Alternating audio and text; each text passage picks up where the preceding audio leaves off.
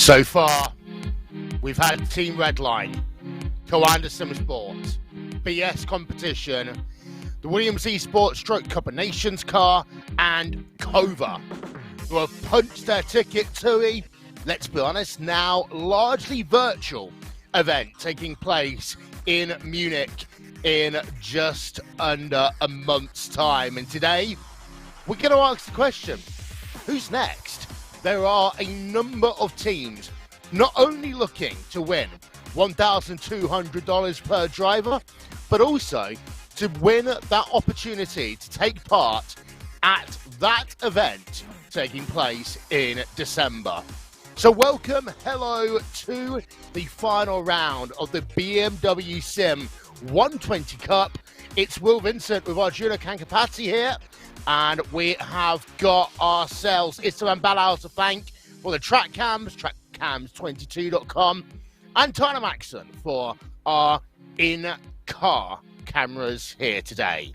This is a track where, well, temperatures will be rising, not only in terms of the action on track, but look at that, 53 degrees Celsius is your track condition. And, well, humidity is always high here at Interlagos, and it's 58% right now. Wind speeds currently of about 4 kilometers an hour. Qualifying is now underway, and as ever, we've got drivers who are running in a solo qualifying simulation setup, and they're looking to set themselves as fast a time as possible. And here's a look then where we've been. We've been to Daytona, we've been to Sebring, we've been to the Nürburgring, to Spa and to Road Atlanta, and now it all comes down to what happens over the next 2 hours and let's say about 7 minutes. And Arjuna, I think this is a good place to say hello and thank you for taking over production. It's your kind of end of season 5 a.m. wake-up call. Well, what a way to wake up. You know, one final race here, Will, and we're at a track where champions have been crowned in so many different series and so many different storylines to follow here. Are some of the teams that already have qualified going to enter a second car to our end-of-year event, or is someone like Red Bull Racing Esports and their World Championship winner, Sebastian Job, going to punch their ticket to the virtual Munich and secure that prize money on offer as well? This should be a really fun event to close off our BMW Sim Cup 120 season. Yeah, and we haven't really seen Red Bull Racing Esports put in a big effort, shall we say, into this competition. But Sebastian Job, who of course is a 2020 world champion of iRacing, only the second ever British driver to do that, and the first ever in terms of a road course. I remember getting myself into a bit of trouble a couple of weeks ago by forgetting to mention that, of course, one of the first ever world champions of iRacing was British driver Richard Towler. But on the left-hand side of your screen, you can see where we are in terms of qualifying right now. Red Bull Racing Esports, they were at the top of the pile in terms of practice.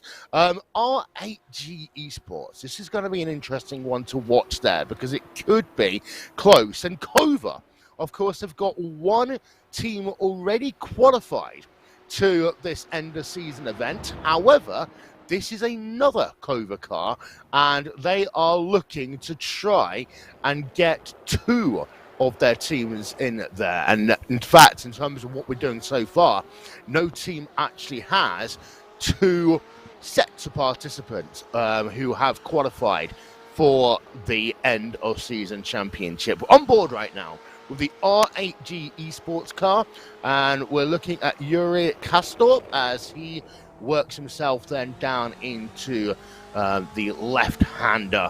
And now this is my favorite part of this racetrack because they work through Piatella. It is one of the fastest, most difficult parts of this racetrack. And I remember you were saying just before we went on air, Arjuna, actually, that some of these teams have really been struggling in the middle sector of this racetrack. And with the themes that we've seen throughout the season, with teams opting not to take tyres when they do that mandatory driver change, this middle sector, I think, could play a big role when we get to the kind of latter 25% of this race. Yeah, we've seen two major themes in terms of our strategies for the race throughout the year. It's been no tires being taken in the pit stop, and lots of fuel saving also being done by that first driver to set up the stint for the second driver. And so it's going to be an interesting stint to watch in the first hour of the race as we see how that first driver is actually going to approach the race and how much they want to push the tires, how much fuel saving they're going to try and do with that track temperature being so warm as we see the R8G Esports car going up into 14th place as things stand. I think it's going to be interesting to see how much that first driver tries to push those tires. It's going to be a balance of trying to keep up with the pack in front of you versus saving the tires for your second driver to potentially try and do some moves in those last 15 minutes of the race. Yep, so it's Sebastian Job who has qualified that Red Bull Racing Esports car provisionally on pole position by just over a tenth and a half of a second. And then it is currently Kova 2 of Antti Ahola qualifying that car in second place, R8G Esports in third, and Coanda Simsport in fourth. Now, Coanda Simsport, again, are a team who have had a set of drivers already qualify, but they're looking to get another one. It is worth noting Team Redline Orange are currently in fifth place. Even if they win today, then basically they've already qualified. Max Benecke, Max Wenig did that all the way at Daytona. So what would happen in that situation is it will be whoever comes home in second place who would be the ones punching their ticket. Just to run through the drivers then who have actually qualified and to put some teams and driver names together. Team Redline Orange, as I say, did that at Daytona. Max Benecke, Max Wenig. And of course, what was at points a very controversial race if you think all the way back to January at the start of the year. Sebring, it was Coanda Simsports, Josh Rogers and Mitchell de Jong. Then, when we got to the month of May and the Nürburgring, it was the BS competition car of Lion Heinrich and Alexander Voss. Then we moved over to Spa in July, and it was the Cup of Nations car with Sami Matti Trogan and Augustin Canapino. And most recently, I say most recently, it's been over a month and a bit ago now, at Road Atlanta, it was Kova, Thomas Tatler, and Valtteri Alander. They were the ones who punched their ticket there. Qualifying is just about over. And with that, we now have the opportunity to run through your starting grid. Before I do that, live timing and scoring is available all race long. Visit racebot.wtf/BMW. But here's then a look at the front of the field. It will be Red Bull Racing Esports bringing the field to the green flag and Kova alongside them on the front row of the grid. R8G Esports and VRS Coanda Simsport on row number 2. Team Redline Orange and a BS competition on that third row of the grid. Corsim Racing and then AAA Esports in row number 4. And then Urano Esports, HKM and the Apex Racing team round out your top 10. Then you've got Williams Esports and NWS team in P11 and P12. We'll move back to P13. It's Team Redline Red. And then P14, AAA Esports Black. P15, Wild Animals Orca. And then P16, R8G Esports and their second entry. Euronics Gaming in P17, HM Engineering in the 18th spot, Dream Factory in 19th. And SRC Squadra Corsa round out your top 20. Remainder of those qualifying results coming up on your screen for you now. And again, it's a full big field here, Arjuna. The key thing to note is we don't want to have a start crash like we've seen a couple of times before in this championship. Yeah, and I mean, especially going down through turns 1 and 2, the center S's can sometimes get blocked by incidents as cars sometimes block the racing line. So hopefully all the cars are going to get through turns 1 and 2 safely. We must also say you see one of the Samsoid Racing team cars on your screen there in 33rd. The other Samsoid Racing team has Tony Kanaan, former Indy 500 winner. And when you say the month of May a little bit earlier, Will, I was thinking about Tony Kanaan. So it'll be interesting to see how some of the real-life drivers who are coming into this series and trying to maybe not qualify for Munich, but maybe just trying to have some fun and get a little bit more racing under their belt are going to take to the series and enjoy the racing that it provides. You're completely right. And actually, one of the things that we were talking about just before we came on air is now the fact that this is a virtual event in December. It does give us maybe a bit more of an opportunity for some teams who may not have been able to travel to Munich to think about doing so. Yeah, absolutely. I mean, we're in the time of travel restrictions, so, and I'm sure there are a few team members who even have locked themselves into that finale in Munich who are a bit unsure about their potential to race there, but glad that at least with the virtual edition of the BMW Sim Cup finale, we'll have all the competitors out there on track, and it should be a fun one once we get to December. It will be. We're going to talk more about that big event in December, of course, as we go through the course of this broadcast. But for the here and now, we've got ourselves the iRacing Pace truck bringing the field then out of the final major corner. Junghau, now they come into Subida de Boxes, turn 14, which is still flat out in a BMW, just a little bit more scary compared to a Formula One car. And any moment now, the Pace truck will come on towards pit road, and that means the field will be in the command of Red Bull Racing Esports and the Englishman, the iRacing World Champion for 2020 of road racing, Sebastian Jobe, moves immediately then to the right-hand side of the racetrack. Green flag is out. We are racing, and they are 4 wide as they come down into the center S for the first time. Of course, that first question is, are they all going to make it through? And actually, it looks for the most part that your top 30 at least have indeed done that. And look at that immediately. Sebastian Jobe trying to break the draft to the Kova car, running in second place. But a good start overall. Very clean start. Only a couple of drivers have had incidents. I know that some saw Black, WT Performance at the rear of your field, and MM Esports team at the rear of your field now have had some issues. But for the most part, very good, very clean start. We are racing, we are underway. And Sebastian Jobe, with that early lead, I needed a lot of that by being very defensive through sector 1. Yeah, some extremely defensive driving from Sebastian Jobe, but there was some issues. We'll take a look at some replays at the end of this first lap. I think Gianni Vecchio has been caught up in an incident. He's all the way down in 46th place, is the Team Redline driver. So one of the teams that was trying to punch 2 cars into the finale, already being dealt a bad hand early on in this race. Yeah, indeed. So we will get those replays up in just a couple of moments' time, and that is disappointing news for Team Redline. In fact, it looks as though that 71 car is on pit road, potentially going to be out of this race before we even conclude lap number 1. So we've got ourselves at the front of your field this battle going on, and we still actually got a lot of close movement going on between Koana Sim Sports and Triple Eight Esports White. I think they might have just changed positions there, and there's even more battling going on behind. Core Sim Racing in 7th place. They are there in the hunt. So even though at the front of your field you've got Red Bull Racing Esports trying to really pull away early on, you go down a few places and it is all about action. Yeah, look at this. You've got the likes of Team Redline, the 2 cars scrapping it out. Apex Racing Team in there as well. Williams Esports at the front of this train, battling out with Core Sim Racing. It's all the big names as Williams Esports with a big send down the inside there. Yep, and that is a lovely send by Williams Esports.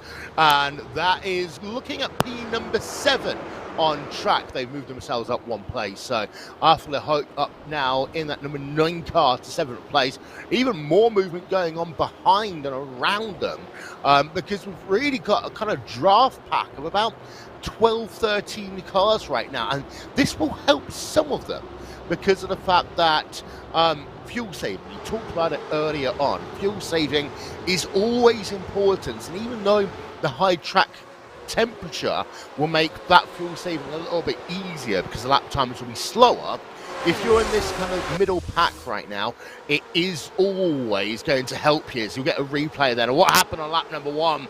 And oh my word, Team Redline Blue, Gianni Vecchio. Yeah, I thought it was clean. From my angles, it looked clean. Obviously, I just blinked at the wrong time, and then carnage happened. Yeah, well, let's ride on board with Gianni. Starting at the back, so clearly didn't get the best out of qualifying, and that really hampered him. You see here, he just comes up on the scene of the incident, nowhere to go, is almost 4 wide in front of him, and unfortunately for Vecchio, out of the race and over right now. Yeah, he did. By the way, also, I've just noticed on my timing screen, possibly the greatest team name of all time, running in 29th place, a treble 6 car, Illig. And that isn't the dream stuttering there. That is the actual team name, which might go down, in my opinion, Arjun, as one of the greatest team names, I think, in the history of endurance racing. Well, it's so long, it almost broke our qualifying graphic. I noticed that when we had that on the left-hand side of your screen. But we've had some good names. Yesterday I was on a race broadcast where we had a team with the name Rusty Spatulas, which I quite enjoyed as well. There's been some fun ones here on the iRacing Esports Network recently. Rusty Spatulas does not sound nice. Just keeping an eye out on the action going on. It is worth noting that the gap between Sebastian and Job, who I think was someone just went purple. Yeah, he did. So last lap time, he did a 1:29.249. Gap between himself and Kova now up to 1.3 seconds. And then R8G Esports, they've almost lost the draft to Kova in 3rd place. They are about 9/10 of a second back right now. The Brunner competition car, the number 7, they are a further 1.5 back, and then rounding out your top 5 is Koala Sim Sports, the number 8 car, currently being driven by Mac Backham, and they are the top 6 have really got themselves separated out now. We've got a replay. This is SRC Squadra Corsa. Oh, this is down at the Center S, actually through Curva de Sol. What a time the incident finishes off. I remember that one Brazilian Grand Prix that Giancarlo Fisichella eventually won when Curva de Sol was just basically the corner where everyone had incidents. But the incident started off here down at the Center S and just kind of carried along a little bit of pinball going on there as we go back to our live pictures. And you were talking about Job starting to pull away. Well, look at that, Will. He's broken out of the draft now, and last time around, gained just 0.2 of a second, but almost 2 seconds free now. And Job, we talked about him wanting to punch a ticket to the virtual Munich. Well, right now, him and Graham Carroll looking like they're in the Katzberg seat. Yep, hey, I like that one. So Sebastian Job again went purple last time around, 1:29.042. The only thing that I might be thinking about is if you're the second driver in that car, you're thinking, okay, don't try and pull away too much and push too hard, because I'm going to need those tyres at some point to try and finish the race off. So we've got to pay attention to that one. Pulling away early, of course, is advantageous, but the two issues are, A, you're not going to get yourself any any fuel saving done, and then also B, how hard are you going to be pushing those tyres? We have moved ourselves down in terms of our action on track right now. This is Core Sim Racing in 12th place. They've not actually had a very good start to this race. The last time I saw them, they were up in P7. So they've lost about 5 places, and damage to the rear of that. Oh, yeah, there is damage to the rear of that car as well. Looks like someone already smashed a hole through it in the rear. Yeah, I think it was the Team Redline car. We saw Maximilian Benecke diving down onto pit lane, and the second of the Redline cars making a retirement from the race. That's the 72 Team Redline orange car that Benecke was in. I think the 92 of Sindre Setsus and Core Sim Racing Logitech D made contact with that Redline car, and now they're paying the price, and see Euronics Gaming putting the pressure now as they dive down in towards turn number 1. Yeah, as Euronics got that position done, and it is Felix Quernbach behind the wheel of that number 12 car, now running in the 12th spot on track. And yeah, Core just seemed to be falling further and further and further down. Wild Animals.orca are going to be the next team to put pressure under them, and I think they might even get that one done before they get into the Interlagos. Turn 4, turn 5 on track. The outside line does actually work better in a GT car compared to a Formula car, although I remember commentating an iRacing World Championship series race once in a Formula 1 car set here, and the outside line works surprisingly well to defend. So just gonna pay a little bit of attention to Team Redline Red, because here we are looking at Christopher Danbeats, looking at the wrong screen, but magically we were on sync. Team Redline looking to try and get a second car to the end of season event, and Christopher Danbeats is now going to be their only real hope to do so, because we saw the blue car, of course, having issues at the very start of this race with Gianni Vecchio. Urano Esports HKM are just ahead right now, and we can't write off Team Redline, even though they are 11 seconds behind your race leader already. We do know that they are specialists when it comes to car management, and I will have to say that in terms of this event here, Christopher Danbeats cannot be written off. Yeah, but things like that, a hesitant move into turn 1, that's not going to help them. They're losing time here as they battle with the Urano car. Down the inside now as they look in towards turn number 4. They need to get this move done and start closing that gap, and indeed under braking. They're going to get the move done, but the one car gets further contact from behind as the R8G car makes contact and spins them around. Yeah, we need to get ourselves a replay of that one. R8G are, well, yeah, and we've also got, sorry, the Red Face Racing by JRT car. They have fallen all the way down to 24th place on track. So here's the replay then. And you're right, the kind of hesitant move I think that we saw through the Senna S probably started to make the R8G Esports car just a little bit more pertinent in wanting to get himself ahead as well. Here's a good replay then as we come down and say into turn 4, turn 5 on track, and the R8G Esports car actually just runs right into the rear of them. Yeah, and let's take a look from an aerial angle as well, because I think you'll see what happened to that other car that you were mentioning, Will. They made contact with the R8G car as they tried to look down to the inside, and I think that's what stacked up a few other cars as well. Yep, so turn 4, turn 5, and it is a narrow part of the racetrack, and here's a great look. No, actually, there were 2 separate incidents. So it looks as though that Red Face Racing by JRT car basically just ended up in a situation. He was almost 45 degrees perpendicular to the racetrack. There we are. Before he even got into the corner. So a little bit of synchronized spinning going on there. I'd give them probably an 8 out of 10 there for the synchronization. But we go back to the front of your field. There is Red Bull Racing Esports Kova in second place. Gap up to 2.3 seconds on track right now. Although the times are already starting to get slower. Look at that. So from the fastest lap time of a 129.042 for the Red Bull Racing Esports car, they are now turning 129.7s. So the track conditions, it is still very hot out there. It's 53 degrees Celsius on track. And that means at these times, we're going to be looking by the end of the race, maybe a 3-4 second drop off by this rate.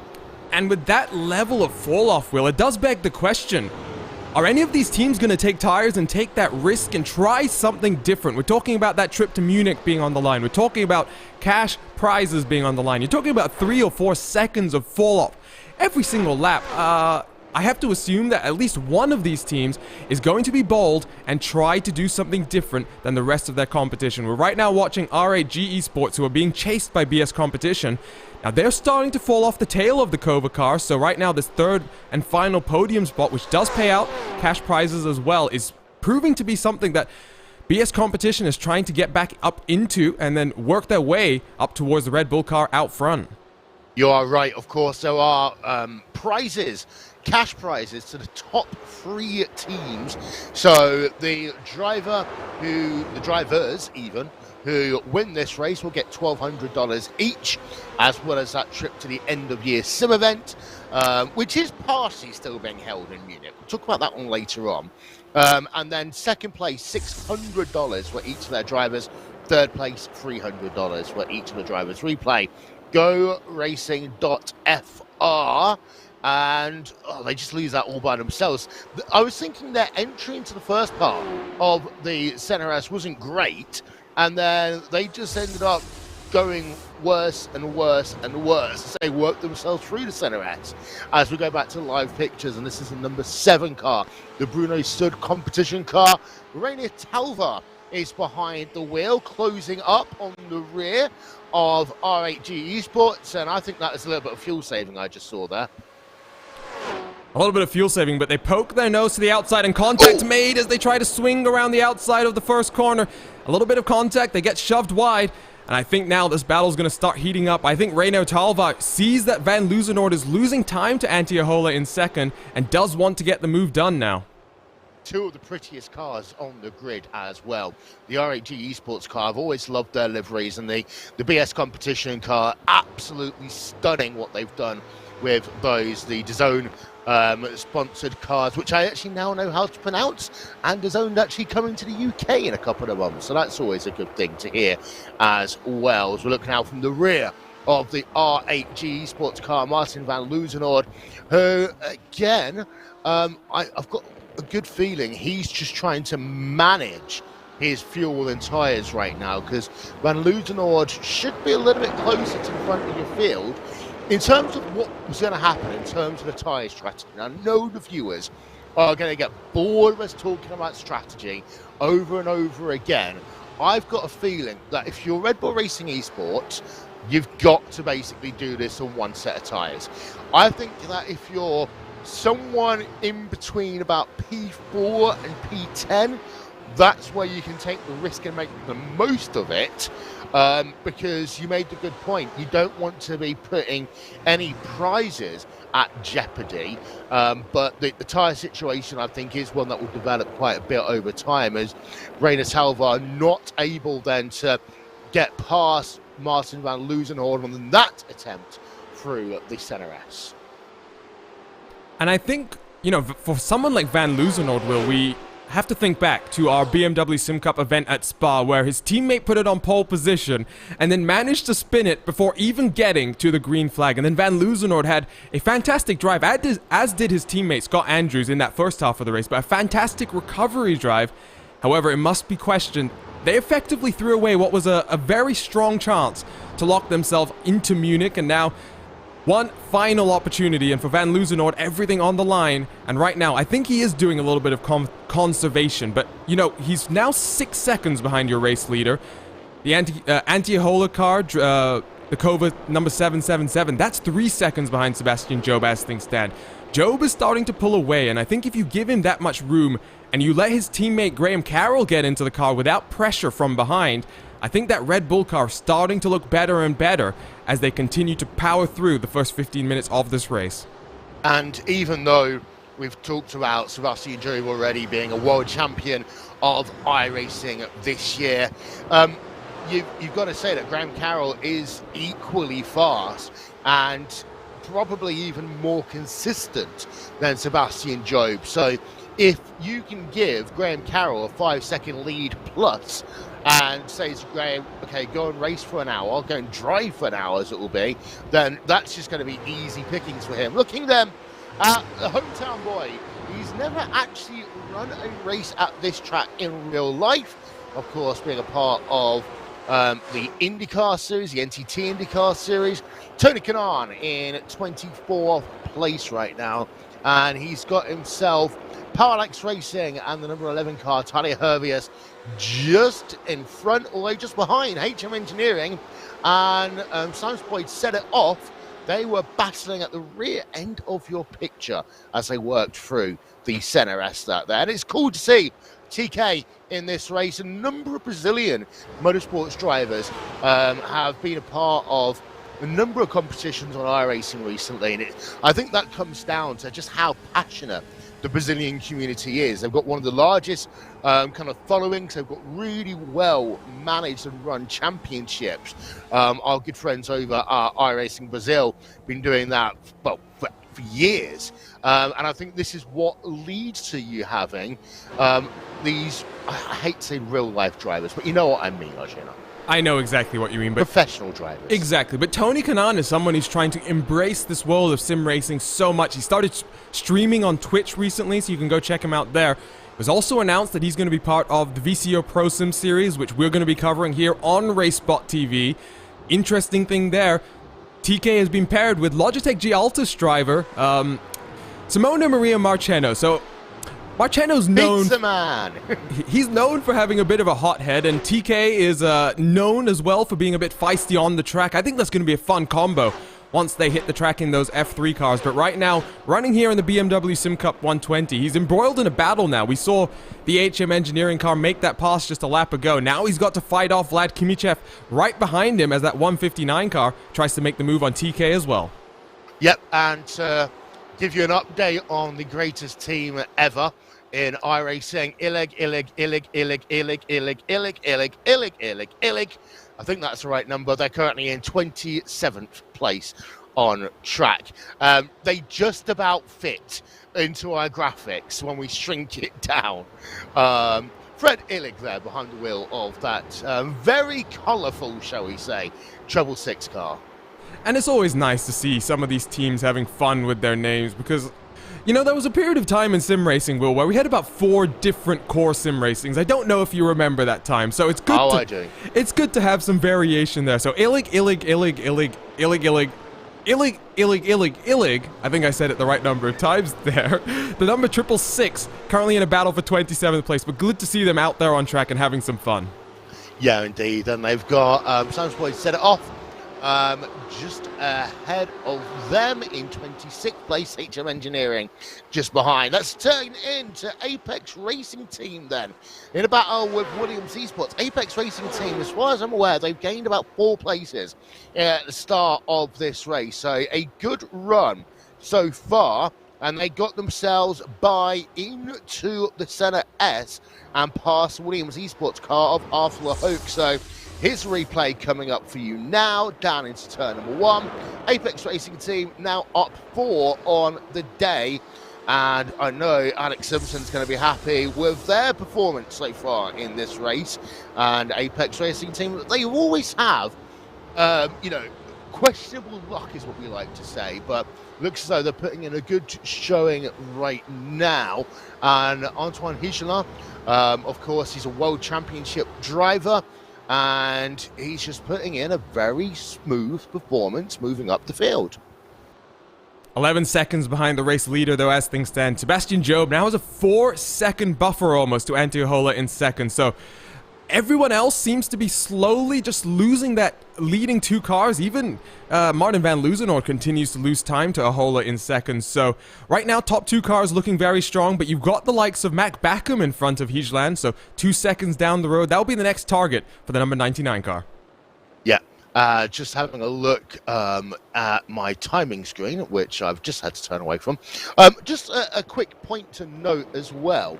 The top 8 drivers have all at some point been world championship level drivers, with the exception of Reina Talva in that BS competition car. So we talk about the strength of the drivers participating in this race, and it is always incredible to see just how much competition is coming into these events. Reina Talva is the only one that, if I'm thinking correctly, has not had a world championship license, but the level of talent here is absolutely incredible to see. And Antiohola in second place. Just having a look at his last lap time and seeing what he's doing in comparison with Sebastian Job right now. And, well, he's losing kind of consistently about 0.2 of a second a lap. So Antiohola, lap number 13, a little bit better for him. But previously, he is kind of consistently about 0.2 of a second, 1/4 of a second in that region that he's losing. Gap now up to 3.7 seconds on track. But we haven't talked about it yet. Traffic, that's going to be a potential issue, especially as we go longer and longer into this race, as the tyres get more slippery, as they start to wear off. And, you know, traffic in Sector 1, in Sector 3, bit easier, long straights. Sector 2, traffic could be a big issue for drivers. Yeah, this is not the sight you want to see if you're Job as you enter this really fun infield section here at Interlagos. You can see he's going to catch the back of that car going into this first right-hand hairpin, and he's got to check up so hard as he just scrubs so much speed. Oh, that car just almost gets into the way of Sebastian Job, that number 2 Red Bull Esports car, able to make its way through, but probably lost about 0.3 of a second just through that one lapped car, Will, and one more lapped car to go. Fortunately, he's going to pass this on the main pit straight, but it's a challenge that all of these drivers have to deal with, including Ahola behind, and Ahola is going to catch that traffic the next lap around. Yeah, indeed. So basically from the exit of Desega de Lego, turn 5, all the way down to Young Hao at turn 12, that's where you don't want to be catching drivers. Well, as soon as you get out of turn 12, get out of Young Hao, then things get a little bit easier, a little bit calmer.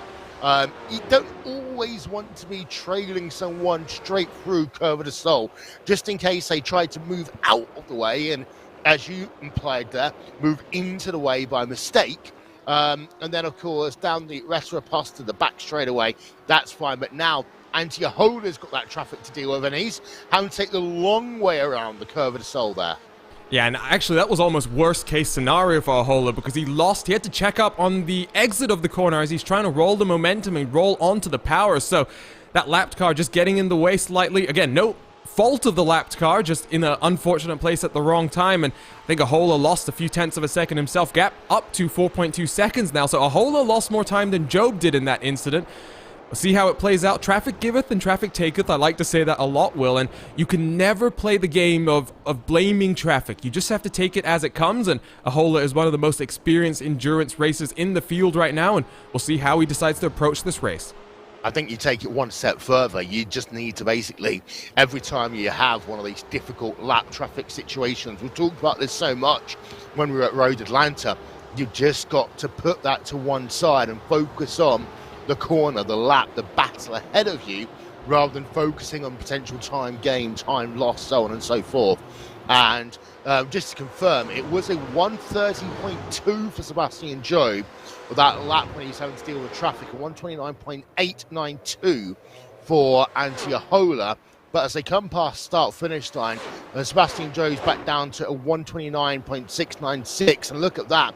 That is a full second loss, that last lap then by Anti-Ahola, a 130.613. Live timing and scoring, by the way, is available all race long. Just visit racebot.wtf/BMW. That's racebot.wtf/BMW. Want to give a shout out to our friends and partners over at timing71.org for their incredible timing software, which does make commentating a race so much easier. And someone who's probably screaming WTF in their head right now, Will, is Anti-Ahola. For 2 laps in a row, going through that turn 1 and 2 complex, he's been checked up by these lap cars. Gap now is almost 5 seconds. Ahola is losing so much time with this lap traffic right now. Going through this infield section once again, getting stuck behind the number 719. So for Ahola, all sorts of troubles. 5.2 seconds now the gap. Sebastian Job managed to get through that traffic very, very effectively. Ahola unlucky, unfortunately. I know a couple of swear words in Finnish, and I'm sure Anti-Ahola is saying all of them and others right now. So it's been a miserable couple of laps, and the only thing that surprises me that Martin van Loozenhoorn hasn't really been able to capitalise on that as much as I thought. Looking at Matt Backham, though, in the number 8 car, and he's got Rainer Talvar just ahead in the Bruno Sud competition car. And for Matt Backham, of course, he's racing at the Coanda House in northwest Germany. I very almost once said exactly where it is, and I really don't want people to start hunting the house down. But Matt Backham in that number 8 car, putting the pressure on to Rainer Talvar, pulls out of the slipstream, but didn't really have enough road to go to try and make the pass down into turns 4 and 5. Well, the one thing that Van Loozenhoorn has been able to do, Will, is pull away from Talvar. So right now, Talvar feeling the pressure from Matt Backham behind, but The gap between the BS Competition and the R8G machines, it's about 2.5 seconds as things stand. Van Loozenord only about 2 seconds behind at Holus. So right now that R8G number 26 is starting to come on a bit stronger in this middle portion of the first stint. About 30 minutes done with our 2-hour race and about halfway towards our pit stops. There's a bit of a lockup there from the BS Competition car. There is, and now they've got all that traffic to deal with as well. I tell you what, seeing as we're about a quarter of the way into the race, it's really a good time to give you some RaceSpot TV fan immersion, and let's go on board then with Mac back here. Let's do a lap on board as they've got to start dealing with some of the slap-down traffic. So RaceSpot TV fan immersion coming up now.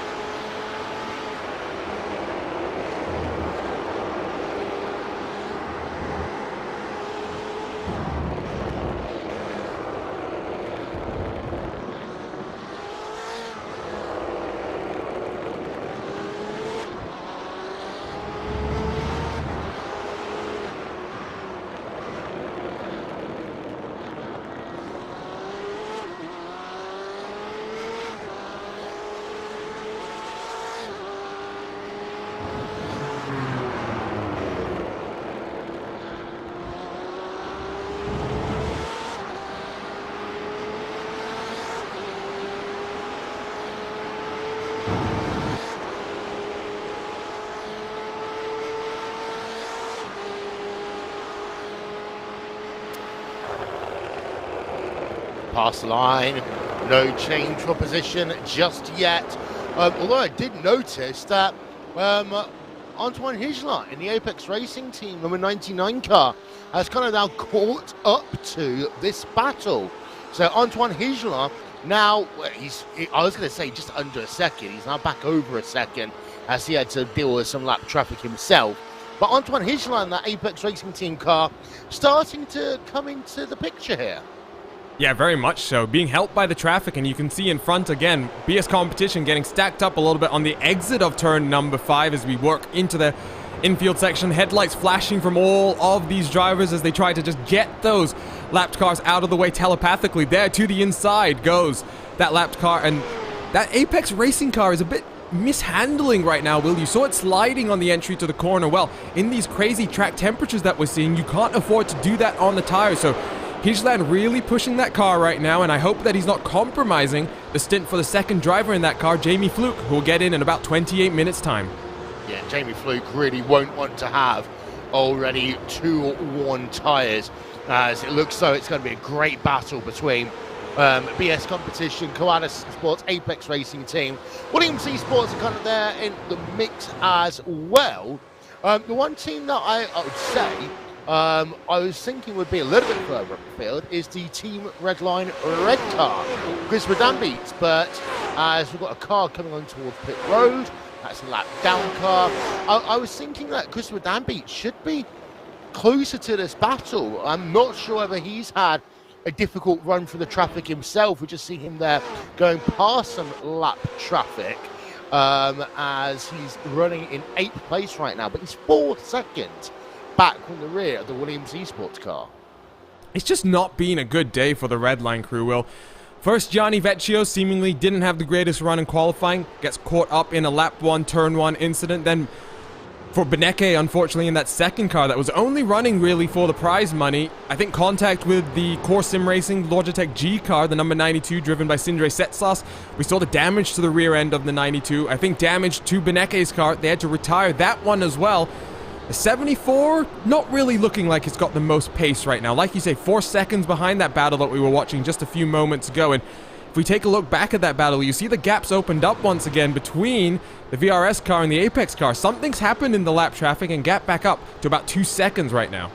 Yeah, and in fact, Antoine Higeland now is right ahead of the Williams Esports car and Arthur Hogue. So something has happened along the way, which has forced the Apex Racing team from going from being the hunter to the hunted. Just a quick note, by the way, you mentioned Max Benecke, and of course, out unfortunately in that team red line orange car. We can't call him 11K Benecke anymore because he's technically back down to 10K Benecke. His iRacing at the start of this race was 10,995. So, of course, he might lose a little bit more as well by the fact that that car is out so early on as we go back on board Aquana Sim Sports. Yeah, no longer Mr. 11K, but still the highest iRating driver across of all of the road racing drivers on the iRacing service. And Benecke, another one of these drivers who's going to be competing in the aforementioned VCO Pro Sim series. Will be good to see him competing there with some of the professional drivers, as you put it, Will. But I don't think it's been the greatest run for Benecke this year. It's been an unfortunate year in many regards, and we're hoping that maybe 2021 is the year of better fortunes for the Redline crew overall. Yeah, I mean, let's be honest. In 2019, Max Benecke was probably the best driver on iRacing, hands down. And I remember back to the fact that, of course, he was in a commercial for another car company, which we're not allowed to mention, as well. And that just really highlighted, you know, how at the time in 2019, he really was one of the faces of sim racing. But 2020 just hasn't gone his way across World Championship competitions. Although, of course, we've got to say that in January, they were the first team, along with Max Venig, to punch their ticket to the end-of-season event. As we see there, pass made by Mac Backham down into the Senna S. So hopefully we'll get a replay of that one in a moment's time. But that was a pretty textbook pass then. And now you see Backham just having to defend as they work down the Retroposta into turns 4 and 5. Yeah, let's take a look at that replay. You'll see a late break down to the inside, being given plenty of space by that BS competition car. Good, respectful racing there. The BS competition car tries to set up the move down in towards the Decido del Lago, but unable to get the run, and Backham now up into 4th place, and he'll be looking to close that 3.5 second gap to 3rd place Martin van Luzenoord in the 26 R8G car now. And I also wonder whether Backham was at some point biding his time, doing a bit of fuel saving, making his life a bit easier, and he got to the point where he had a number, and it's like, okay, now I can go, because that was a textbook Backham pass, let's be honest. And now he's got Martin van Luzenoord to hunt down. 3.4 seconds is the gap, as you can see it on your screen right about now. Fast lap of the day, surprisingly enough, has been done by your race leaders. Red Bull Racing Esports, Sebastian Job, 129.042. There is Sebi in the number 2 car. At some point, he is probably going to shout at me for calling him Sebi, but Sebastian Job right now can't be doing that because he's racing 5.8 seconds now ahead of the Cova car and Antiohola. We get this wonderful kind of look at the driver, and I do love this camera angle because it's as if you are racing in the car itself through turn number 6 for Edura, then into turn 7, then you slow it all the way down for turn 8. Then it's the right-hander Pinheiro coming up next. Pico de Pato, it's called the Duck Hill Corner, is turn number 10, which is where we are right now. And then after that, you've got yourself Mugello, turn number 11, which for some reason they kept on calling Young Cow turn 11 in 2003, I think it was, the first time when they were ever possible to go flat out at a Formula 1 car. In fact, I'm allowed to say that because it was a BMW car, Juan Pablo Montoya, if I remember correctly, who was the first one to do it. That is insane. I mean, the amount of downforce required to go flat out at that kind of speeds around that corner, Will, is just insane. So I mean, this track is so interesting, such a fun challenge, but one thing I noticed on that onboard, Will, it was getting darker and darker. We started with some crazy track temperatures. 52 degrees Celsius was our initial track temperature. That might be coming down very slightly, and we talked about the tire wear. That might help in the last hour of the race as those second drivers get into that car. And for someone like Job, who's now got a 6-second buffer, I wonder if he had done that little bit of strategic planning, seen that the temperatures were going to drop throughout the race, and maybe knew that he could afford to push the tires a little bit earlier on the race and let Graham Carroll, the master of maybe taking this race to the end, handle that portion of the race and focus on keeping things smooth after Job gets them the lead. Air temp is still 20 degrees Celsius, but track temp has come down by about 5 degrees from 52 to 47 right now.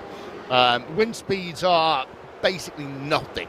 The humidity is still 57%, which is what it was at the start of the race. We just check in with the Dream Factory car and Samuel Grana battling out with AAA Esports Black and Rafael Rezek. Battle going on for 13th place on track. So the track temps have come down, and because of the fact that the wind speed is so slow, any cloud cover that's in the area basically isn't going to pass over that quickly. So that'll be interesting to know, to see what the track conditions will be when we get to pit stops in about 20 minutes time from now.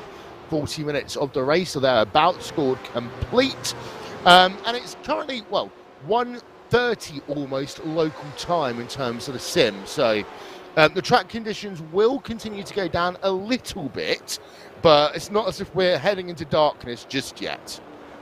Yeah, no, definitely not into darkness. But again, we're racing in the virtual summer. Again, that's a wonderful thing about iRacing, is that ability to race in the conditions that you want to do. And these increased track temperatures always pose a fun challenge. I remember being in an endurance race here, Will, where track temperatures once reached in excess of 60 degrees Celsius. And I can't tell you how much of a challenge that was, trying to balance out the risk versus reward of trying to push the tires and get the pace versus just managing your race. So a lot of interesting strategies that can be done even in a race just as short as 2 hours. But when you've got two different drivers sharing tires most of the time, it does always pose a lot of questions, and a lot of preparation goes into this. And you know, again, we talked about this in previous BMW Sim Cup 120s. The level of professionalism in sim racing continues to exponentially increase. And we talk about teams like Red Bull Racing Esports, Kova, the R8G team that's partnered with AAA, VRS Coanda. We talked about the house there, Will.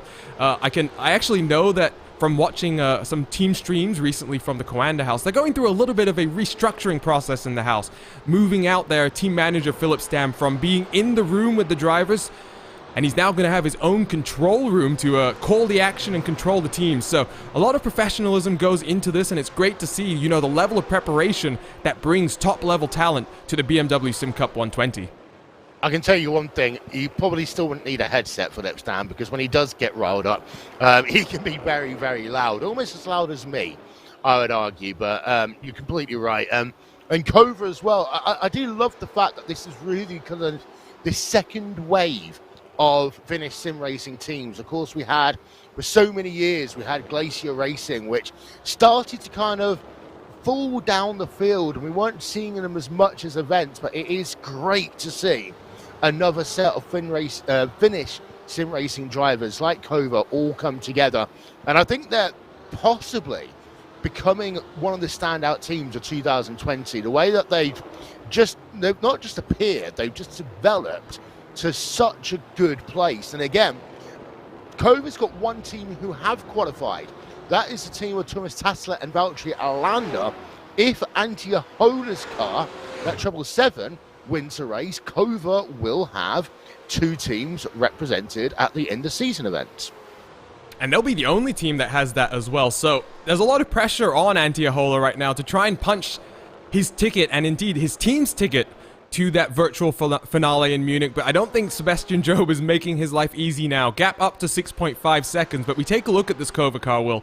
It's great not just to see the wave of Finnish sim racing talent, you know, returning in many ways to iRacing competitions, but it's great to see esports organizations. Kova, not just a sim racing outfit, they take part in, you know, a multitude of other esports, and again, that's another level of professionalism that's coming into the world of sim racing, where it's not just about doing the best you can on track. It's about marketing yourself as a team, putting out content, and that's something a lot of these top teams are starting to realize. And we can talk briefly, just very briefly, about the current race leader, Sebastian Job for Red Bull Esports. Well, he recently just took a trip down to Loughborough University. He was filming a short documentary piece about fitness with various members of his community, and that's the kind of thing that I think sim racing needs to continue doing as we continue to grow. We look at organizations and competitions like the World's Fastest Gamer, which of course Job does have experience in, but now it's on the drivers and teams to take some of that responsibility onto themselves and create that content and engage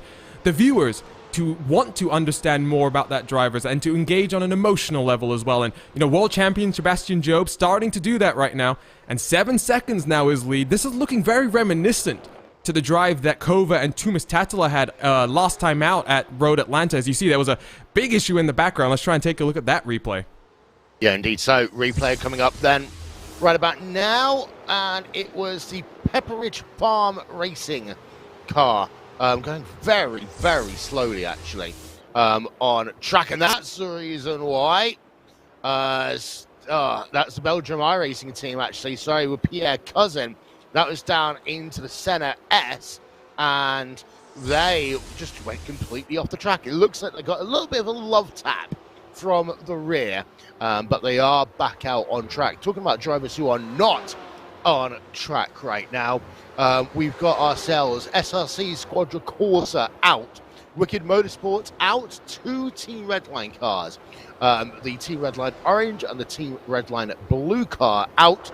Team Yao Gabriel and Team Dennis Kuhn, who, to be honest, probably would have been disqualified at the end of the race anyway if they're solo car entries, but they are out. And El Toro decided that they weren't, they are out of the race as well in the 909 car. Of course, we did have a couple of incidents on lap 1 and lap number 3, which is the reason why we've got some retirees out of the race. Having looked down through the battles, the closest battle we've got going on right now is AAA Esports Black. Is in a great little battle, although we're seeing there on our screen Apex Racing Team and BS Competition. The gap is almost nothing as they head themselves down into the center S, and it looks as though Apex Racing Team have got the move done and complete. So Antoine Higelard there, great move on the outside into the center S. Yeah, I think traffic has stacked this group up a little bit. You see Arthur LeHook in the Williams Esports BMW also close behind now, but Antoine Higelin now up into 5th place, but gap to Mac Backham at 1.8 seconds. They're now 14 seconds behind your race leader, Will. So never mind the pace that Higelin is showing right now. The problem at the end of the day is Sebastian Job continues to pull away, and there's not much you can do when you're 14 seconds back, Will, especially if you want to try and maybe take tires. All you're doing is extending that gap and increasing the work that Jamie Fluke is going to have to do. So it's going to be interesting to see how these drivers choose to approach the next 15 minutes as we work towards the pit stops, because for Higelin, he wants to close that gap, but he can't afford, I think, to take any risks and put himself in a bit of a pickle rather, as he tries to hand that car over to his teammate. And it is that double-edged sword. On one hand, you need to push to get up to the next driver on track. On the other hand, the more you push, the more you use the tires, the more fuel you consume. And they're the other factors that come into play in this type of racing. A reminder, of course, 120 means it's a 2-hour race in total. We've done 32 laps so far, projected to do about 81 in this race as far as it seems. So let's actually, we were talking very briefly, talking about the Dream Factory car earlier on.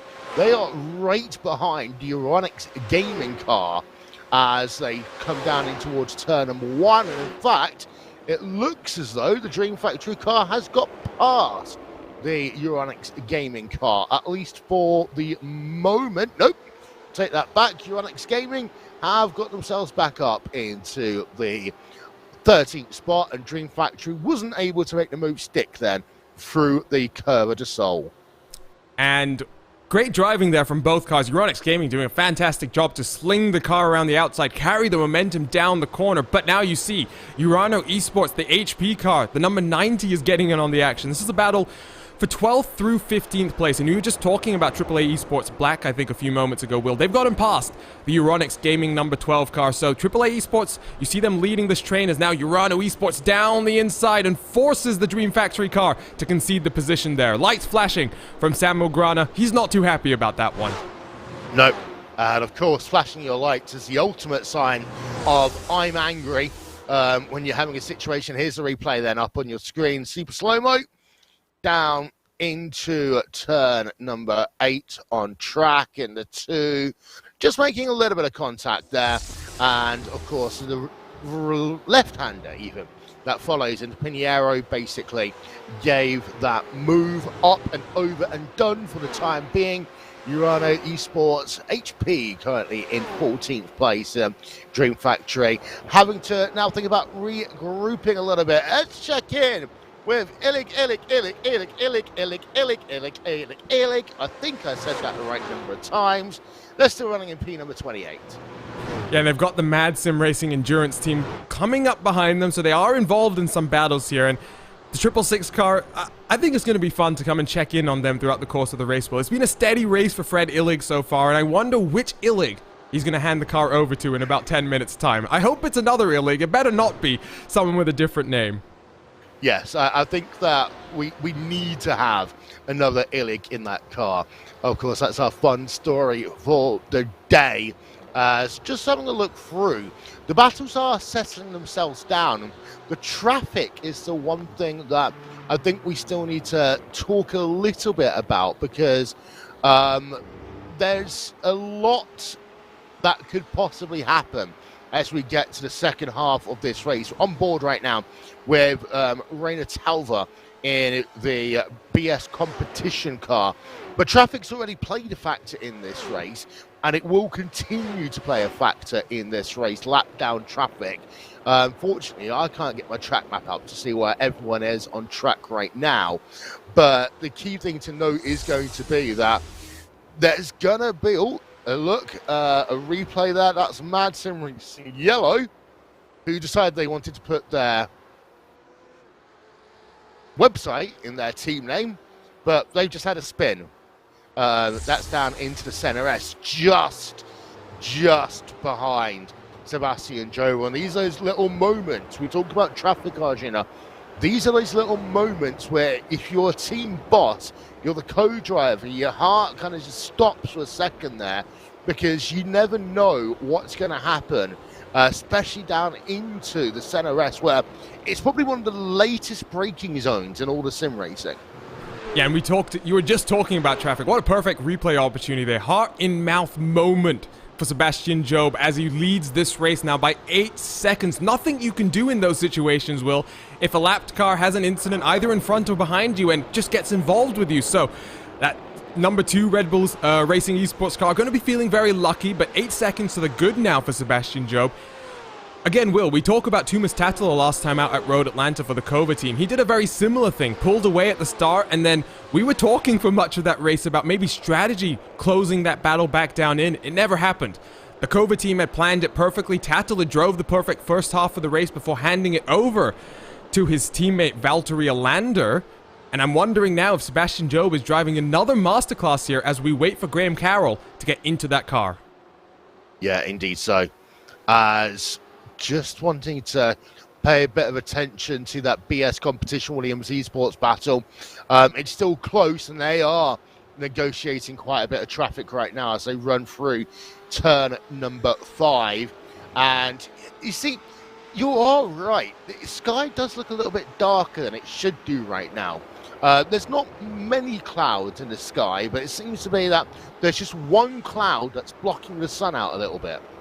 Yeah, and track temp down to 47 degrees, so we've dropped 5 degrees Celsius. And for those who are interested, it's about, depending on the track length, of course, but it's a general rule of thumb in iRacing. For every 10 degrees Celsius of track temperature change, you're looking at about 1 second in lap time delta. So that's already 0.5 of a second. And that will play a big factor in determining what these teams are doing on tires. I just want to say one thing, though, Will. just looking at my in-sim notifications, and I just noticed something. As you see, once again, that BS competition car getting stacked up. That's going to let the Williams Esports team have a good run here down the main straight as they try and get the move done down into turn number 1. And let's see what's going to happen then. Side by side, run down to the center rest. You can take either line here, but Williams Esports are through. They were able to just break a little bit later, although they slide there through the center rest. We're going to say a little bit later on the brakes. Looks so that maybe they had a little bit too much speed coming through the center rest, but it means that the battle stays open on the run then down to turn number 5. But Williams Esports have now got that pass complete, and that means they are up into 6th place, and the BS competition car down into 7th. And so with that move done, I'm going to go ahead and finish the point that I was trying to make, Will. Just looking in my in-sim notifications, Roman Grosjean has just joined the session. So which of the R8G teams is he going to join? Is he going to jump into the number 14 with Yuri Kastorp, currently running in 10th place? Or is he going to jump into that 3rd place car, R8G Esports, driven by Martin van Luzenoord? The reason why I'm not sure, well, fellow R8G driver Scott Andrews, who, if you will remember, did spin the car from pole position at Spa, has also joined the session. So 2 R8G drivers have joined, and I'm wondering which car they're gonna get into in about 6 minutes time. I'm sure that you could be paid a boatload of money, never to mention that spin at the start of Spa ever again. By the R8G team, but it's going to be interesting again. And it's worth noting, I don't think we're going to be into one of these situations in this race, but in the event that a winner or part of a winning team had already qualified for Munich, then they would not be allowed to be a part of any entry, basically, that would get a 2nd spot, if that makes sense. But I don't think we're going to have that situation at all here today. Having a look through previous winners, yeah, it's quite clearly not going to be a factor. We just thought we'd let you know more than anything else. And as I say, we've already got 5 teams have qualified: Team Redline Orange, Commander SimSport, BS Competition, Cup of Nations, and Cova. So don't forget, you can follow us for more sim racing action at RaceSpot TV on the Twitter machine, /RaceSpot TV on Facebook, and RaceSpot TV on YouTube. Of course, RaceSpot TV going to become the main home again for our broadcast moving forward. It's going to be sad to say goodbye to the iRacing Esports Network. I was there right at the very start, Arjun. I wrote a lot of the guidance for the broadcasters when that was set up, and it is going to be sad seeing that one go, but there's apparently new exciting projects from iRacing coming soon in relation to that. We just don't know what they are yet. Yeah, and all will be revealed soon, I'm sure, but the iRacing team has talked about developments they want to make to the iRacing Live portal. It is going to be sad to see the iRacing Esports Network disappear, at least for now. You know, it was interesting to have that mixture of all the broadcasters and all that engagement that sometimes you had across different communities, but we're back on RaceBot TV. You know, most of our broadcasts are already back on our main RaceBot TV channel. I must also say, Hugo Luis has forgotten that we do have a Twitch channel as well. So, YouTube, Facebook, Twitter, and Twitch. 4 platforms. Go follow us on all 4 of them, please. I forget we have a Twitch channel, to be fair, half the time. So, yeah, Twitch as well. There we are. Let's have a look then. Let's do a rundown of your top 8 drivers as we get ourselves ever closer to pit stops here. And front of your field, it is Red Bull Racing Esports leading the way by 8.1 seconds over Cova in their Trouble 7 car. R8G Esports are currently in 3rd place. They are 10 seconds back from your race leaders. Then you've got yourself VRS Commander SimSport running in 4th place. Apex Racing Team round out your top 5 in that number 99 car. Apex Racing Team, by the way, up 5 places in this race so far. Williams Esports in P number 6. Then you have yourself the BS competition car, who has been falling down in this race quite a bit today. They run in 7th place. And then Team Redline Red round out your top 8. And I think there's been some very interesting movers and shakers in this race so far today. I have to say, I've been really impressed by the moves that the Apex Racing team have done. I would say, though, that the BS competition car, after starting and having a good start to this race, they have really slipped back a little bit more than I might have expected them to.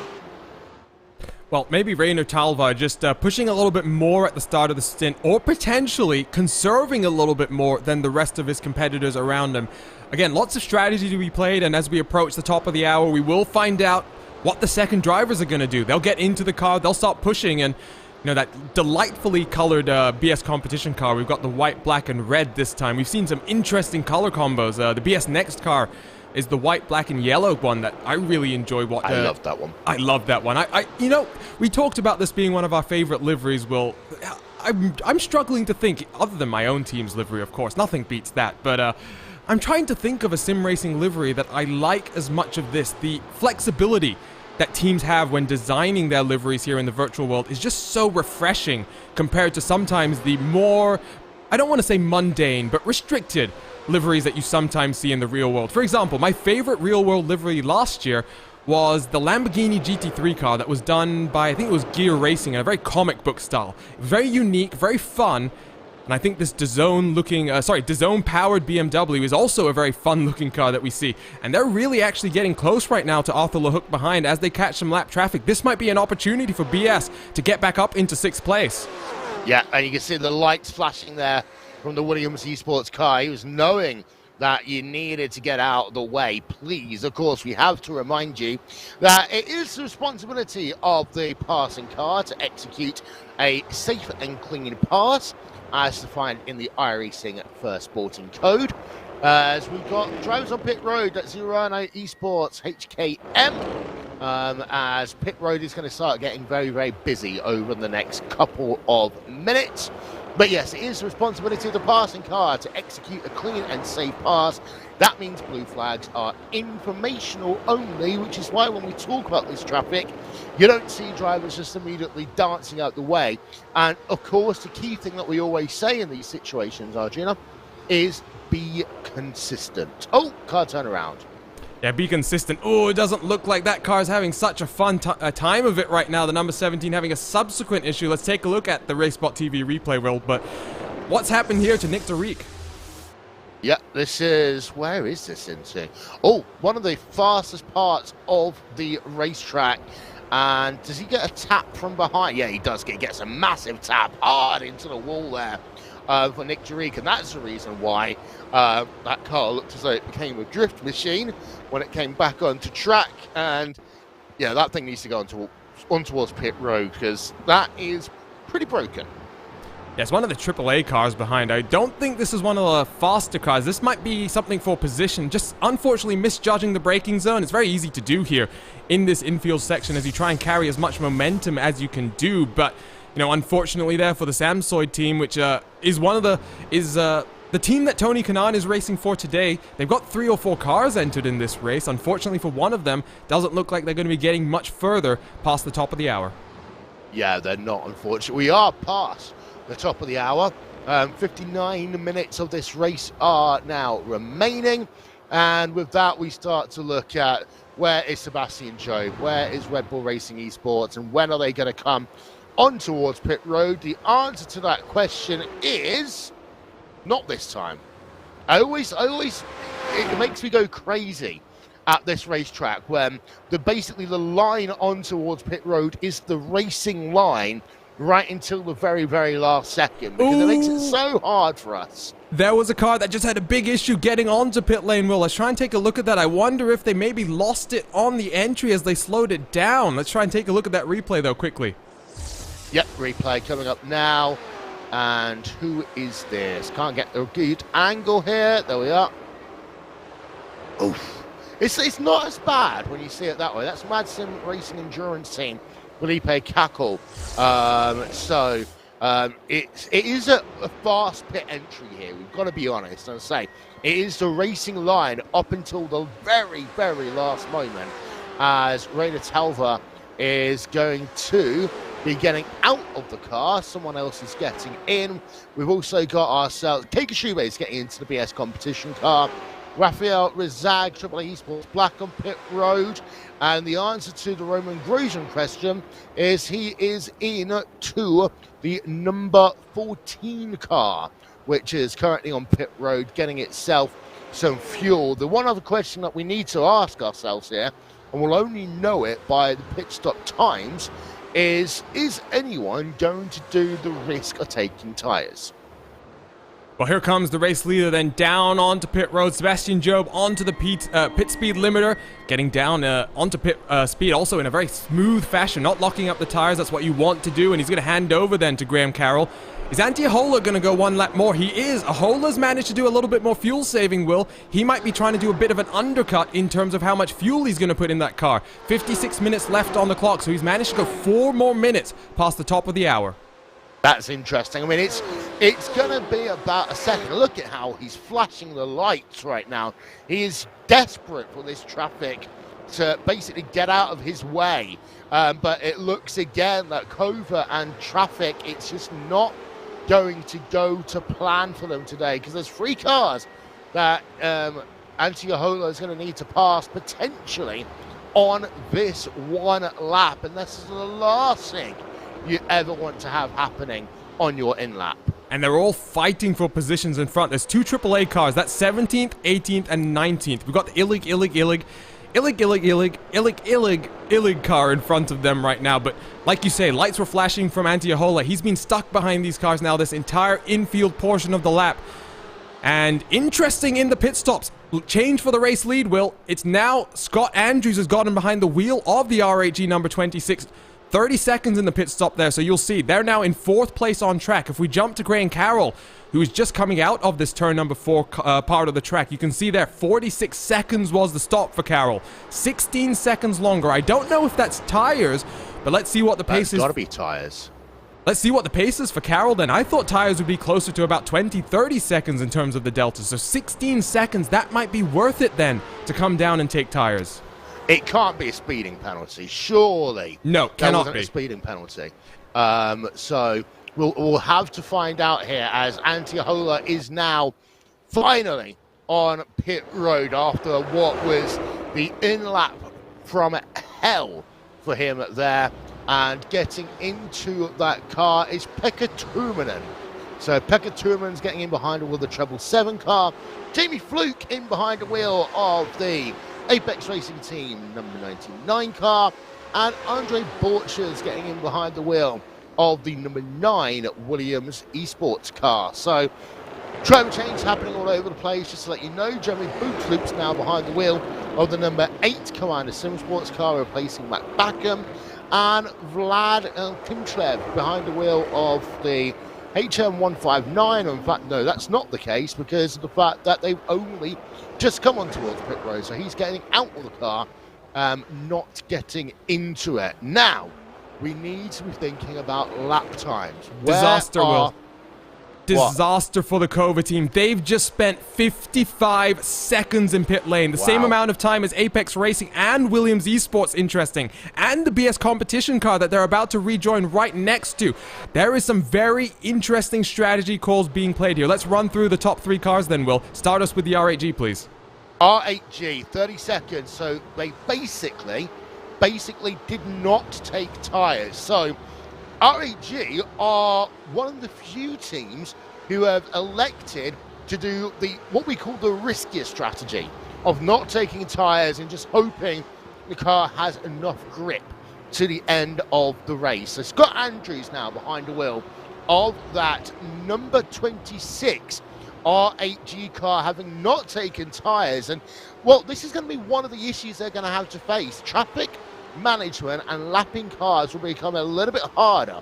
We then go down to Red Bull Racing Esports' Graham Carroll, who currently is 2.1 seconds back from the R8G car. Graham Carroll getting into that car, replacing Sebastian Job, 46.2 seconds on the pit stop then. And then in third place, you've got VRS Commander Simsport, the number 8 car, and Jeremy Bouteloup, who again did not take any tyres. So 33.8 seconds then for them. So we are going to be in a split strategy situation. Cover, well, quite clearly they did take tyres. 55.5 second pit stop for them, and they are now 13 seconds behind VRS car and SimSport Jeremy Bouteloup, and of course have dropped out of the cash paying positions for this race. And then to round out your top 5, it is Apex Racing Team and Jamie Fluke, who did take tyres, 56.6. Silly question here, Arjuna. They replaced all 4 tyres at the same time, so there couldn't have been any 2 tyre stop or something for the Red Bull Racing Team, unless I'm confusing my BMW rules again. I am now trying to rack my brain, Will. I am very, very perplexed by some of the strategy. Okay, 30 seconds versus 56 seconds. That makes perfect sense to me. No tires versus tires. Graham Carroll, 46 seconds in the box. It can't be a speeding penalty. You said that we'd be looking at times closer to probably 90 seconds stationary in the box or something like that. Unlikely to be 2 tires in my opinion. That's just a very risky strategy for that Red Bull car. Why not just take 4 in that situation? You can already see, piling on the pressure to Scott Andrews in front. It was an all or nothing move for the number 26 car. But clearly, patience will be rewarded for Carroll here. He's just got to bide his time, and he'll get past that number 26 car. Something very interesting though as well. It's only a few cars that have taken this risk. You've got the 26 and the 8 that are about 30, 33 seconds in the box. Everyone else has basically decided some form of tires is worth it, and that's true up and down the field. We're only talking about 5 or 6 cars out of 50 plus cars that have chosen this interesting strategy. 131.1 last time by for Scott Andrews, 129.6 for Graham Carroll. So that's the reason why the gap that we were talking about a moment ago has completely evaporated. Having a look at that at a replay, Roman Grosjean, number 14, R8G car, and that ended badly. Down into turn number 7 there. So another look from our aerial camera as we head ourselves through again into Ferradura, and then, yeah, that one was the netcode word. It's the easiest way of saying that one. But Roman Grosjean, as we look at the super slow-mo replay, just didn't go to plan. Here's another look, actually, on board with Fabrice Cornelis. And no, there was contact by the looks of it from that angle. The Urano Esports HP car. Whilst we've been showing you those replays, no surprise, Graham Carroll's gone back to the race lead. And R8G Esports, Scott Andrews down into 2nd place on track. And again, not surprising, 130.3 last time by Graham Carroll, 131.2 for Scott Andrews. Jamie Fluke, last time by, a 129.3. So we are looking at potentially a 1.5 to 2 seconds depreciation for these drivers who decided not to take tyres. I think we'll get a better representation of lap time this time around, Will, because you see Jeremy Bouteloup in the VRS car that also didn't take tires, a 130.322. So I think Andrews just lost out some time while him and Graham Carroll were battling. Carroll as well with a 33.90, so not the pace that we'd expect for even maybe 2 tires there on that Red Bull car. So let's see the lap time this time around. They were scrapping it out, it must be said, for that pass for the lead. It wasn't a simple thing. Andrews didn't want to make it easy, fought Carroll as hard as he would while being as fair as he could, but now for the Australian that competes in the real world as well, a bit of pressure now. He's taken this risk, this gamble, and now he's got to balance it for the next 48 minutes. He's got Jeremy Bouteloup 4 seconds behind. Can he hold him off and take the 2nd podium position home? 129.6 that time by for Graham Carroll. So, I mean, that type of pace is quite clearly taking tyres. As replay there for Illig.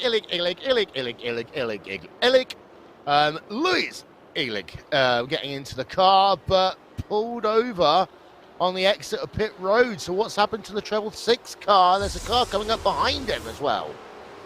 Seems to have had some technical issues. Back up to speed for Louis Illig, so good to see another Illig getting into the Illig Illig car. So, the number 666 down in 31st now, but like we say, it's good to have another Illig behind the wheel. Yep. There's a look. Treble 6 car on your screen. 31st place on track right now. Going up the field a little bit, Uranix Gaming, Luca Kita, and Team Redline Red. Alexander Thebe now behind the wheel of that car. And Team Redline Red moving themselves up into 8th place on track. And the Euronics car is one of the few other cars on that split strategy. Didn't take tires, so clearly this is what we're seeing. Tires versus no tires. Very easy for cars that have taken those fresh rubber to get the move done on track, as Euronics Gaming is about to lose another position now to the Wild Animals Orca car. So I think right now we're starting to see it early on in the stint. We're only 10 minutes into the second hour, Will, but those cars that didn't take tires are starting to struggle out on track. Indeed. Sorry. There we are. I'll clear my throat up, and we're good to talk again. You're completely right, and having a look at the lap times. Don't forget, by the way, live timing and scoring is available. Visit racebot.wtf/BMW. That is racebot.wtf/BMW. Because then you can do exactly what we're doing and look at the figures that's coming up on the screen, and it's about a second, I'd say, the drop-off right now. So not only that will get sufficiently worse over the course of this run, but even though it's only a 2-hour race, we've got to remember as well that there's going to be more and more kind of like rubber track build-up, and that's going to make the track even slippier. The track temp has gone down even further, though. We have gone from a high of 52 degrees Celsius to now 42 degrees Celsius on track. So we've lost 10 degrees Celsius as we're looking at the battle between VRS Commander SimSports and Kova. Well, Kova are putting in a lot of green laps right now. The question is going to be, how quickly can they catch, and have they got enough time to do so? I really don't fully understand why they took that risk, Kova, in my opinion. Well, we'll see, Will. We're looking at probably, 31 laps left according to our estimates here on our timing screen. So if you're looking at about half a second a lap over those 30 laps, you are going to get to the VRS car with time to spare and time to plan out your move. However, like we say, this is a car that wanted to punch its ticket and get a second team car into this finale, the virtual finale, that's coming up in just under a month's time, December the 5th. So it's an interesting strategy call. They're 16 seconds behind the net race leader now, but the main target, I'm going to guess, is more those two cars in front now. You've got the two cars without tires, RHG and VRS Coanda. What can Pekka Toivonen do now that he's taken over from the 777?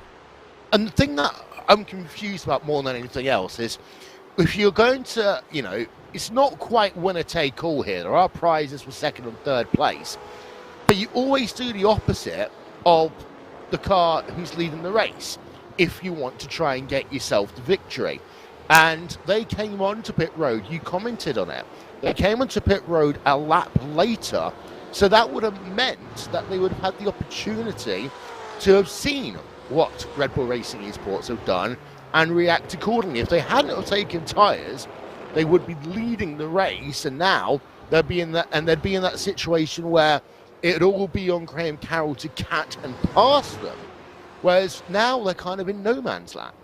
Yeah, like flip those deltas that we're seeing to the VRS car, for example. Let's say they had, 30 seconds shorter in the pit stop without taking tires. That's the rough estimates. Closer to 25 if we're being a bit more accurate. But, that's a gap that then puts you about 10, 15 seconds in front of Graham Carroll. That's something that you can at least fight to defend rather than having to push all the way from back here to try and close that gap. So it's a bit of an interesting one, but we mentioned it before, Will. There's so much professionalism that goes into this. I have to assume that the Kova team did their preparations, understood that it was going to be tough to not take tires and make things work. We'll see what the deltas end up being between the 8 and the 777. Last time around, it was just under 3/10, so that VRS car starting to find more pace on its older tires. But again, 43 minutes to go. Track temperature continues to fall, and that's going to make things very easy, or much easier, as things go on for both of those two cars. Yeah, indeed so. And for Graham Carroll, He's got a 3.1 second lead now over the R8G esports car of Scott Andrews. So Graham Carroll was able to get past and pull out a good early lead, shall we say, over the R8G esports car to give himself a bit more of a comfortable cushion. Fastest lap time of the day, that was actually done at the race start of the race by Sebastian Job. 129.042 for them last time by. Graham Carroll did a 129.655. Just having a look down through my timing screen, and we haven't lost any. Oh, I say we hadn't lost any cars, and then we have a car that is turned. Oh, don't do that, Madsen Racing. I can hear he's going to cause an issue to Kova now as well. I can hear the disappointment in your voice, and somewhere Connery Maddock is once again triggered as the unsafe rejoin is felt around the world. And it's still going on very slightly here. Well, let's try and finally take a look at this replay as the 25 is going to try and get up to racing speed. But what happened there? That's a very odd place to have an incident. So it looks so exit of Curva de Sol. Turn 3 on the racetrack, and there's going to be two cars just come together, and one guardrail to another. Now that makes sense, but you know a BMW that's going to get hit like that isn't going to drive properly, and that as a rejoin, it saddens me. I'm going to join Connery Maddock's club. Let's take a look on board with your race leader, that is, because he saw this all unfolding in front of him, Will. He must have been having another one of these heart-in-mouth moments. We saw that one with the lapped car behind them going into turn number 1. Here you see that incident unfolding in front of him. Carroll ducks to the inside, praying that the rejoin doesn't happen in the way that we ultimately saw it almost play out, but fortunately for Carroll, then able to get through that one clearly, and that challenge not going to be hampered by that incident in front. Yeah, I mean, that was about 5 seconds notice he had there. It's a good thing that these drivers drink Red Bull, and it's easier to hold a can than a bottle of water, etc. Because Retropista, that back straight away, is basically the only time when, if you need to take a swig of water or check something or do something, it's actually the only time you're really going in a straight direction on the entire racetrack. So it is where drivers can get more distracted than it would otherwise do. But Graham Carroll, well, that could have been ugly. It wasn't, thankfully, not for him anyway. Apex Racing Team, BS competition, and gap is about 0.6 of a second right now. Jamie Fluke taking over from Antoine Higelin, driving the car. Kei Kashube now behind the wheel of the the BS competition car, running in 6th place. We've got a car off, and that is the Samsung black car, Mark Masters. I'm wondering if that's the same car that we saw having the second part of that crash earlier on. Just lost it into Yung Sao, actually. No. Just a little too much curb as well, Will. I don't think that's the car that was involved. It seems to have a cleaner, not factory fresh, but almost factory fresh. Maybe factory refurbished that car looks right now. But that trip through the grass probably going to need a bit of cleaning for Samsoid Racing. The top Samsoid car right now as things run is the one that I think Tony Kanaan was in slightly earlier. That's the number 16. David Sampson has taken over from TK and running in 24th place right now. We'll see what he's able to do. They're about 2 seconds behind the number 59 HM Engineering car. So a bit of work to do to try and pull that gap back and try and close up to maybe the edge of the top 20 in that number 16 car. Yeah. Just having a look, Redface Racing by JRT were in a battle. Of course, we saw them earlier on having some moments. And Team Redline, Red, and Wild Animals.org battling out P8, P9 on track. And Artem Greybel trying to move forward in that Wild Animals.org car. The Team Redline Red car, Alexander Thebe, we saw making a pass about 10 minutes ago on track. And just actually wanting to have a look at the pit stop times for them and just compare. No, they both did take tyres on that one and only stop. I say last stop, but it's, of course, one and only stop here for the majority of the teams in the BMW SIM 120 Cup. And we turn our attention a little bit further forward. We go to look again, ongoing battle between the Apex Racing Team car and the BS competition machine. And actually, you know what? It's about time to do a little bit of RaceBot TV fan immersion. Let's do one this time with this Apex Racing Team car. It is Jamie Fluke now behind the wheel of that number 99 car. Let's do a lap on board. RaceBot TV fan immersion.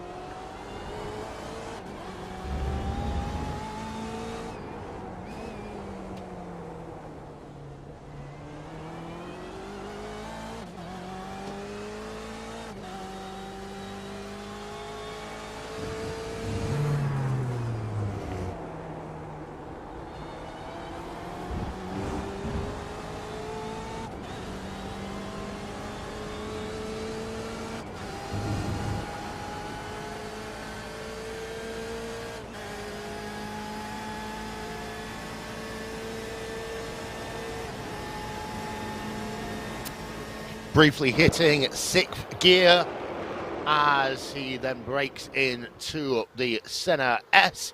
That is a lap on board with the Apex Racing Team car of Jamie Fluke. A little bit of RaceBot TV fan immersion. Live timing and scoring still available. Visit racebot.wtf/BMW. Racebot.wtf/BMW. But here are your top 8 as it stands. Red Bull Racing Esports have not led every lap of this race. They had a weird pit strategy, which we're still trying to get down to the bottom of, but they overtook R8G Esports and now lead by 5.7 seconds over them. R8G Esports are starting to get under pressure by the VRS kind of sim sports car of Jeremy Booterloop. R8G Esports run in second place. Third place is the Koanda Sim Sports car, who has been closing up to the rear with the R8G Esports car quite a bit over the last couple of laps. In fourth place is the Kova car, but they are now 16 seconds behind the race leader and are about 9 seconds behind Koanda Sim Sports. So they've got some work to do if they are going to get themselves back into a prize-paying position. I think more realistically, we're likely to see Kova versus R8G Esports at the end of the race. Apex Racing Team run in P number 5, and we've been talking extensively about their battles with the BS composition car. They have been almost inseparable for the last 20-odd minutes on the track ever since pit stops, as we just check in there on board briefly with the BS competition car. Williams Esports run themselves in 7th place on track. Arthur Hook was behind the car. Now it's Andre Borcher. And then running out your top 8, it is the Team Redline Red car of Alexander Thebe behind the wheel of that car right now. Just to run through the rest of your top 10 briefly, we've got yourself Wild Animals to Orca running in 9th place, and then AAA Esports Black round out your top 10. Worth noting that the Wild Animals to Orca car seems to have dropped back a little bit from the rear of the Team Redline Red car, so now that gap is up to about 9/10 of a second. And I think my point there, Arjuna, about the R8G Esports versus Kova battle, I think that's the way it's going to be at the end of the race, not Kova versus Koanda. I think it might even be R8G versus Koanda at this point. That gap between Kova and VRS is still about 8 seconds. They're not chipping away into that gap like they would really be wanting to. I think the traffic starting to play a bit of a factor. There you can see up on your screen those lap gaps. Well, Lap number 55, good for Pekka Toivonen, almost shaving a full second off the gap. But there you can see lap 56, barely making any inroads. And I said it before, traffic giveth and traffic taketh. So right now, it's all up to how these drivers are going to be lucky, I think, in some ways, where they catch the traffic and which drivers want to help them out nicely. Remember, blue flags are informational only. We see the Samsoid car going to give way to Coanda there, but we saw on a few occasions for Kova in that first stint before Pekka Toivonen took over in that car. Lap traffic not so kind to the 777. They'll be hoping to have a bit more luck, I think, in the last 30 minutes of this race. Yeah, indeed so. As there is a look at the Coanda Simsport car of Jeremy Boutaloop in the number 8 machine. So we're almost down to the last 30 minutes of the season. So it's probably a good point to just remind you what these drivers have been racing for. And of course, cash has always been a big one. And they are $1,200 for each driver of the winning pairing. I'll talk about the other bit in a moment. And then $600 for each driver for P2, $300 for each driver for P number 3. Now, of course, if you win, and we've got 5 winners already from the season, then there's also entry to the end of year sim event, which was due to be held completely in Munich. Our Racebot Live events team, we're all scheduled. We've booked some flights to go out there, but the racing side of that will be taking place virtually for obvious reasons that we don't need to go into. But there will still be action taking place that will be live on site at BMW Welt in Munich.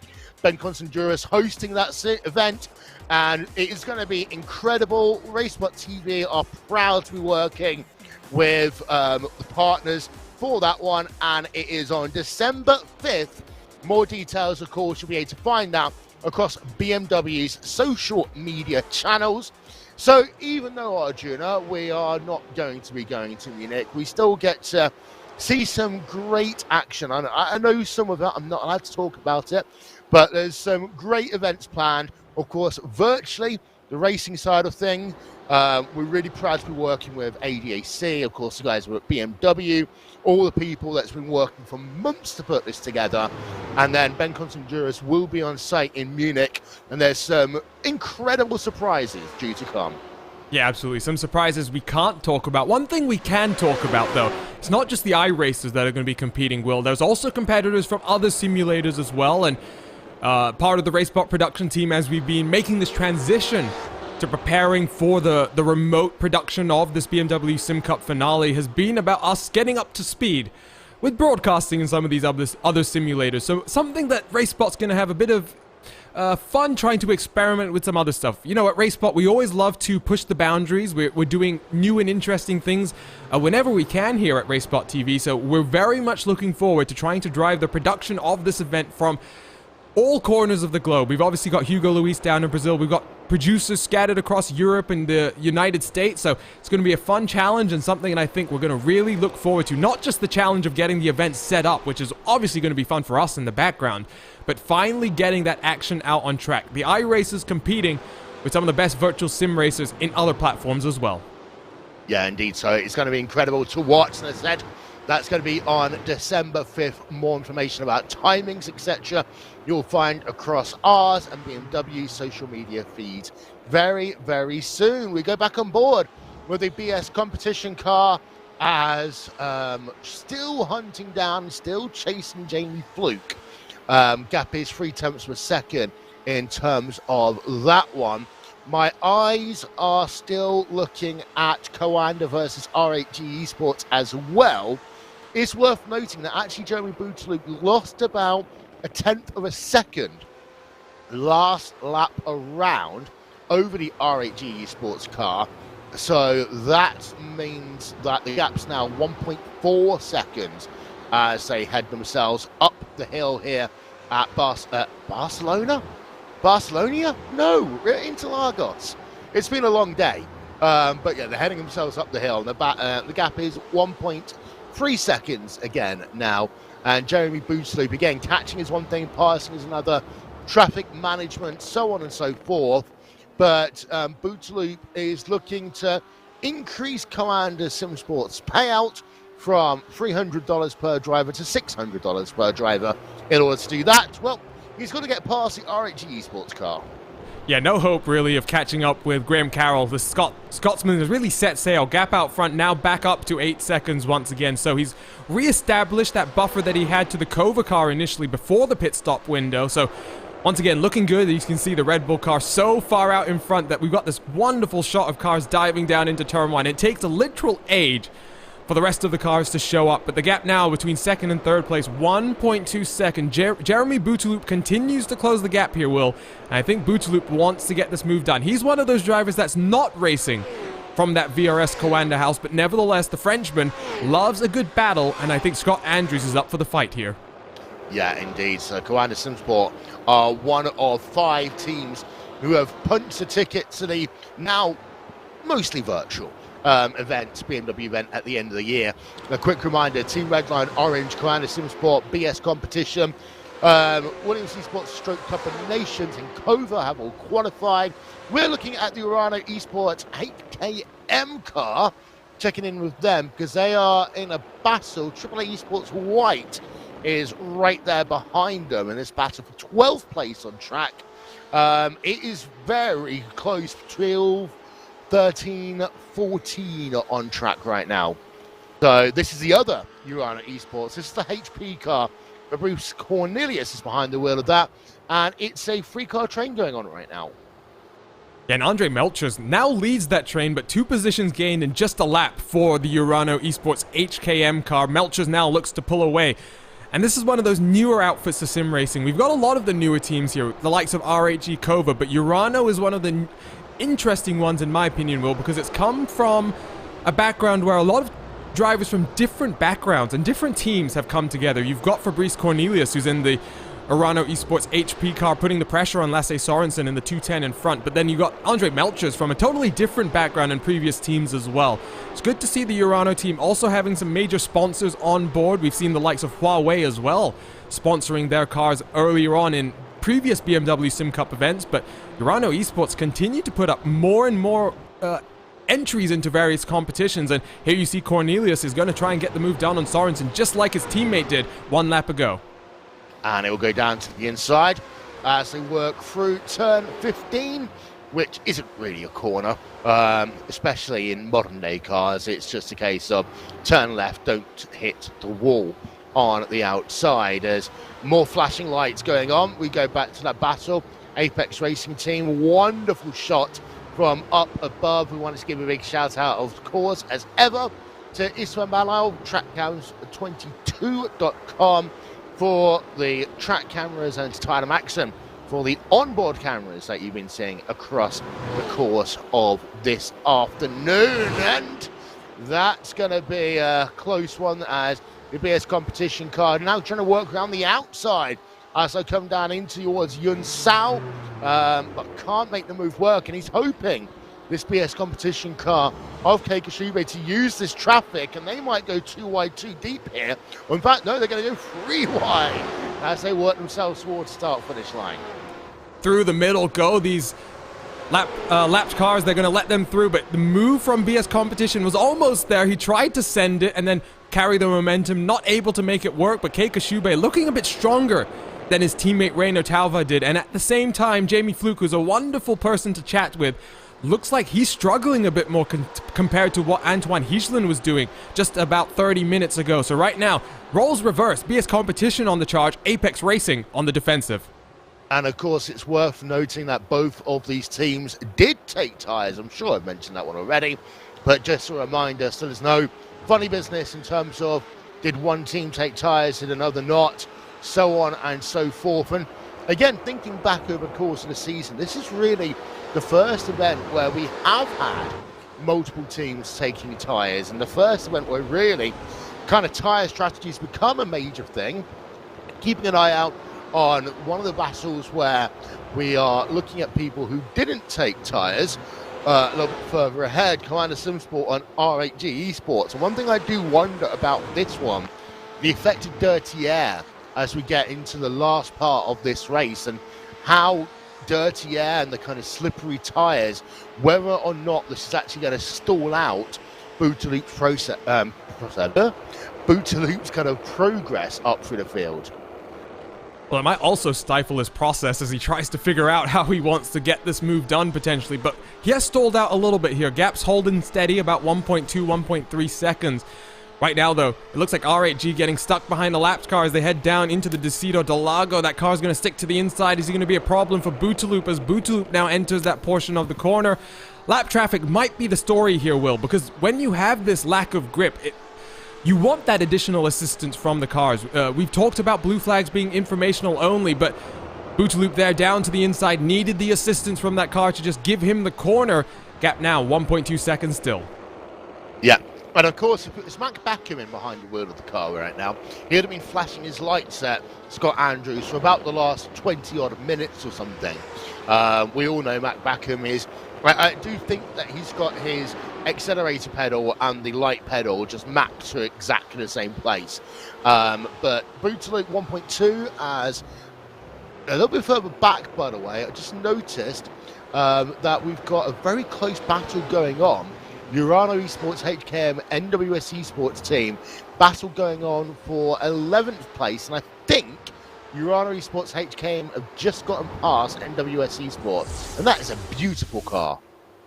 Yeah, let's take a look at this replay. Down into the Decido del Lago, under braking for Andre Melchers, gets the car perfectly positioned and just manages to sling it down the inside. Nothing that Gonzalo Vergara could really do to defend that. You can see him trying to come back as they head into the infield portion of the track, but nothing he could do, Will. And like you say, a beautiful looking car there, but unfortunately moved out on track.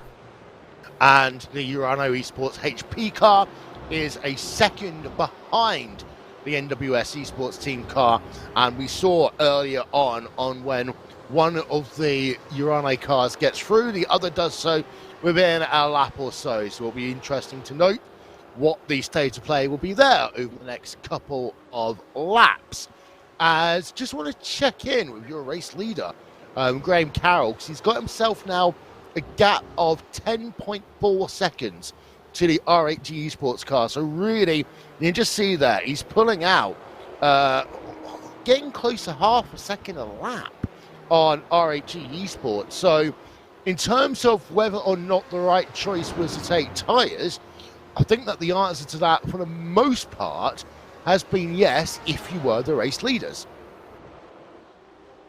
I think it's an interesting one, Will, and I think a lot of teams are going to be reflecting on this race and that potentially a missed opportunity. On Twitter, just before this race, I had woke up and the first thing I did was go and look at who all was entering this one. You had a few red line cars, we saw a few of them retire early. We had a few other teams that were feeling very confident, but Sebastian Job, he put out a tweet talking about how important it was to punch his ticket to that finale, the virtual finale. He's a world champion now. He won it. That World Championship this year. What can he do, though, when he competes in the BMW SIM Cup? It's such a fun format. Last year's event, we can't forget, Will, that finale, it did have some technical challenges, and we had the Paul and Connery podcast for about 40 minutes on that RaceBot stream, but what an event that was, and even a virtual event, I'm sure, is going to have that same level of prestige, and all of these drivers wanting to win an event that's being put on by one of the marquee names in all of motorsport. And one of the interesting points to note, and I know, car spun around, and that's the Pepperidge Farm Racing. That's the second time they spun. I think the second time they spun at that portion of the racetrack, actually. Or is it the Senna S they spun up? But they have spun twice now in this race. So the run through Mugello in towards Yunsao, just wrong part of the racetrack and almost went. Ooh. Was that the Illig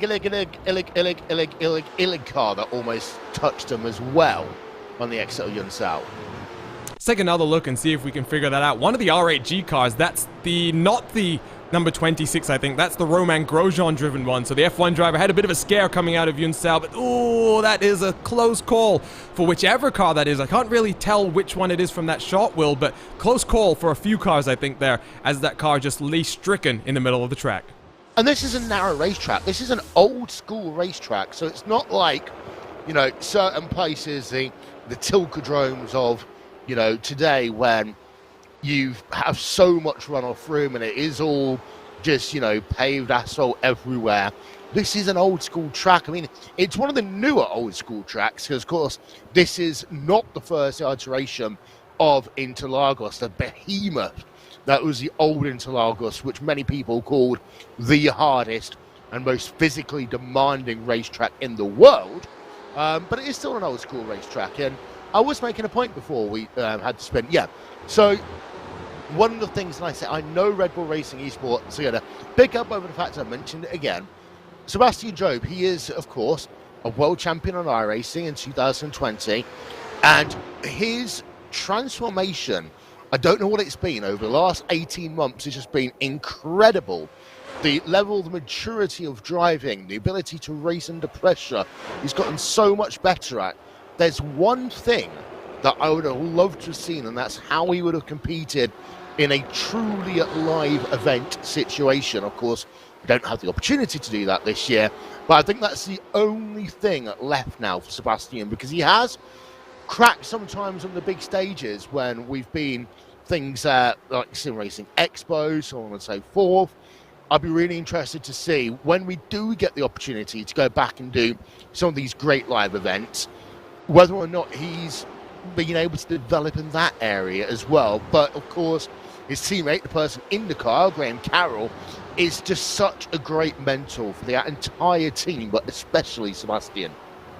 Yeah, and we talked to Sebastian a few weeks ago before he won and clinched that championship on the RaceBot podcast, Talking Tense. Go follow us on YouTube to catch new episodes of that every 2 weeks. But the one thing that I really took from that, Will, was last year had a lot of promise and a lot of potential for Sebastian. What happened over the winter was a transformation in how he approached sim racing. There was a brand new rig update that he got. First time he had a dedicated sim rig, proper pedals, a direct drive wheelbase, all sorts of upgrades. But then there was the mental side of things. A lot of coaching being done by the Red Bull team, not just for him and the iRacing side of this outfit, but there's also, they compete in F1 esports, they compete in other simulators as well. So a lot of work has been put on the mental side, and ultimately what we saw this year was a very consistent Sebastian Job. Only one bad race throughout the entire season, Will. That is absolutely immense. To only have in a series as competitive as that World Championship is, to avoid getting into incidents and to drive the clean races that he need to do. It cannot be understated how Job put himself in the prime position to win that championship. But you bring up an interesting point with live events. I have some interesting thoughts there. I think it can go either way. I think there are some competitors, because we have to remember, this is about competition at the end of the day. Sim racing is a competition. Some competitors, they get alive, they get up for it with that energy of the live event. There are others who feel the pressure and sometimes just wilt. You talk about Sebastian struggling in the past with that pressure. I wonder, with all of this mental changes, all this work that's being put in from Sebastian and the Red Bull team, how much has that changed? And we're not going to get the answer this year, unfortunately, but as things reopen and as we get back to doing those events, I think this is the opportunity for someone like Sebastian to really prove that he's not just capable of doing it consistently at home when he's at the comfort of home, and he's got a very set routine that he talked to us about doing as well. What can he do under the light, under the pressure, with the eyes of the world on him? That's going to be interesting to see, and hopefully next year we get our first instance of that. Yeah, and you make a point about, people stepping up to the challenge, and I think you talk about 2018 in particular, the two Maxes, Max Benecke, Max Veneg. Then, of course, they were part of Pure Racing Team, now part of Team Redliners. This is going to be the Orca car, the replay. Oh, no. Oh, this is the Team Redline red car. So I saw the Orca car, the Wild Animals Orca, having an issue, and that's the reason why then. So an incident with Team Redline Red, and at some point, Dom Duhan's going to call me and just say, stop talking about all of our cars all of the time. Because I was about to make a point about Team Redline. Of course, they qualified the first race to two Maxes, Max Benecke, Max Vennig. And just as I started doing so, one of their cars is involved in an incident. To talk about the Redline team, they have, in particular, the two Maxes are just incredible on the live stage. things like Sim Racing Expo before. We've seen them at other live events over the last couple of years, and they are two drivers in particular that do relish that live event experience. Yeah, and you know, that's, like I say, it's something that certain competitors get up for, and we talk about Redline having a very rough year. It's an unfortunate way to end the year that the two Maxes aren't going to get to show off on that kind of a stage, but nevertheless, for Redline, they'll be hoping that the winter can be a change of fortunes for them as they work into the new season. But here we are on board with Kova. They've closed the gap to Jeremy Bootsloop on those older tires, and around the outside, they're going to look down into turn number 1. And I thought it was going to be Kova versus R8G. Well, it's going to be so potentially in a bit, but not quite yet. Kova getting alongside, defensive line being taken by Jeremy Bootsloop, and he's still holding on as we have a wonderful look then up above at this Interlagos track, and then coming down in towards turn number 5. Once again, outside line can work here, and Interlagos, turn 4, turn 5. Kova going all the way off track, but they're going to have the inside line if they can hold it here for the next corner, Ferradura. And Kova, that is superiority of the tyres coming into play there for Kova. And that's Pekka Toivonen, and also not worrying about that 1x off track that you get there, Will, because that is 100% an incident point that the 777 just took to get that pass done. But I think the reason why Toivonen took that risk, look at the gap between Kova and R8G. Bootsloop, you mentioned it, Will. Dirty Air seemingly getting stuck about 1.5 seconds behind the number 26 car, but now Toivonen, 2 seconds is the gap. On those newer tires, he's got 10 minutes to reel in Scott Andrews, get the move done, and secure that second place and the prize money that comes associated with it. Indeed so. So Pekka Toivonen is now on full tilt charge mode, although he got pushed way out wide through these turn 14 to be the boxes there by a lapped down car.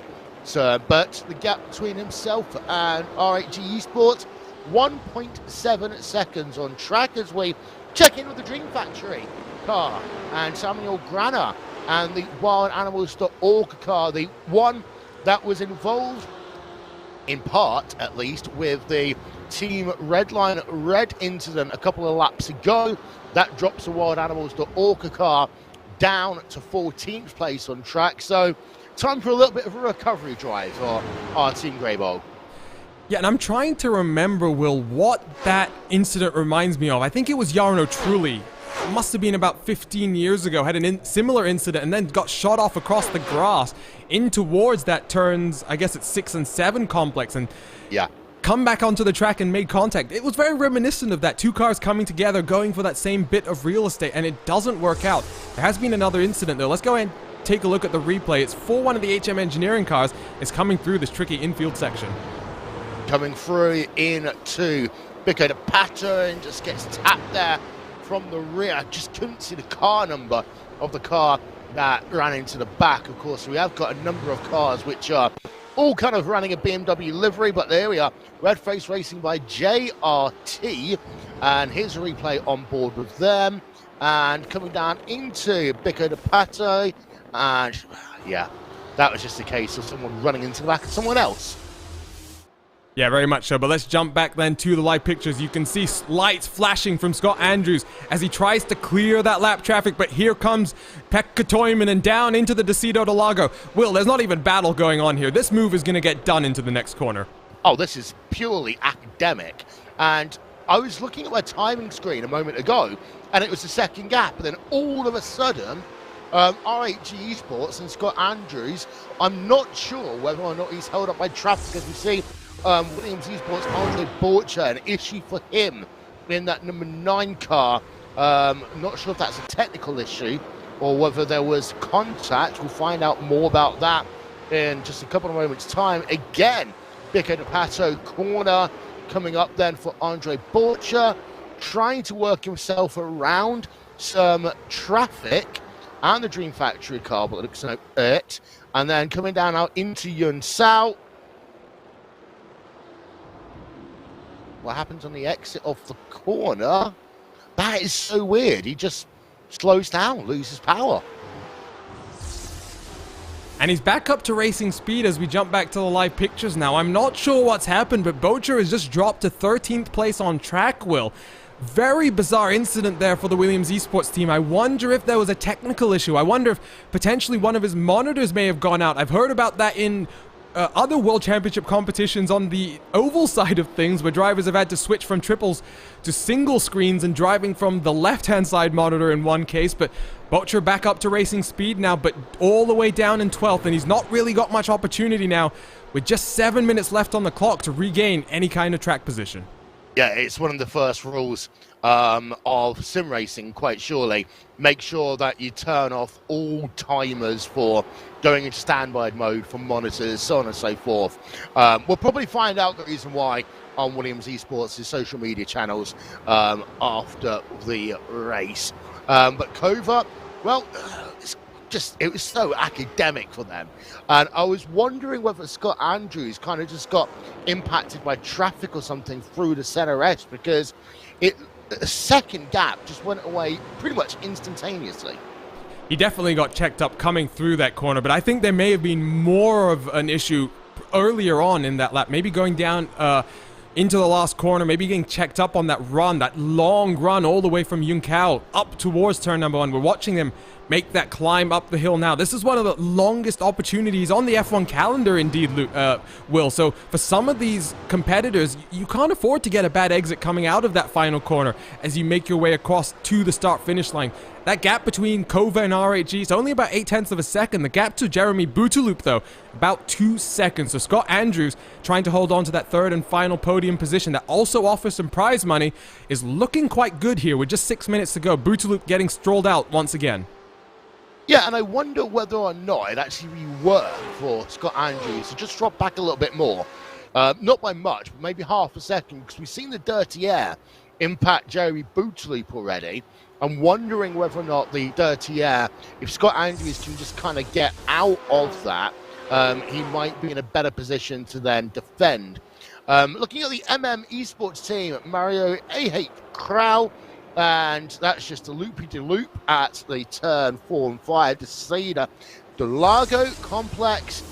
So easy to do. In fact, I'm moderately surprised we haven't seen more moments there in this race. And also, just to let you know, track condition update, we're down to 40 degrees track temperature. Air temp has remained static at 20 degrees Celsius all race long. So the track has gotten a total of 13 degrees cooler in this race.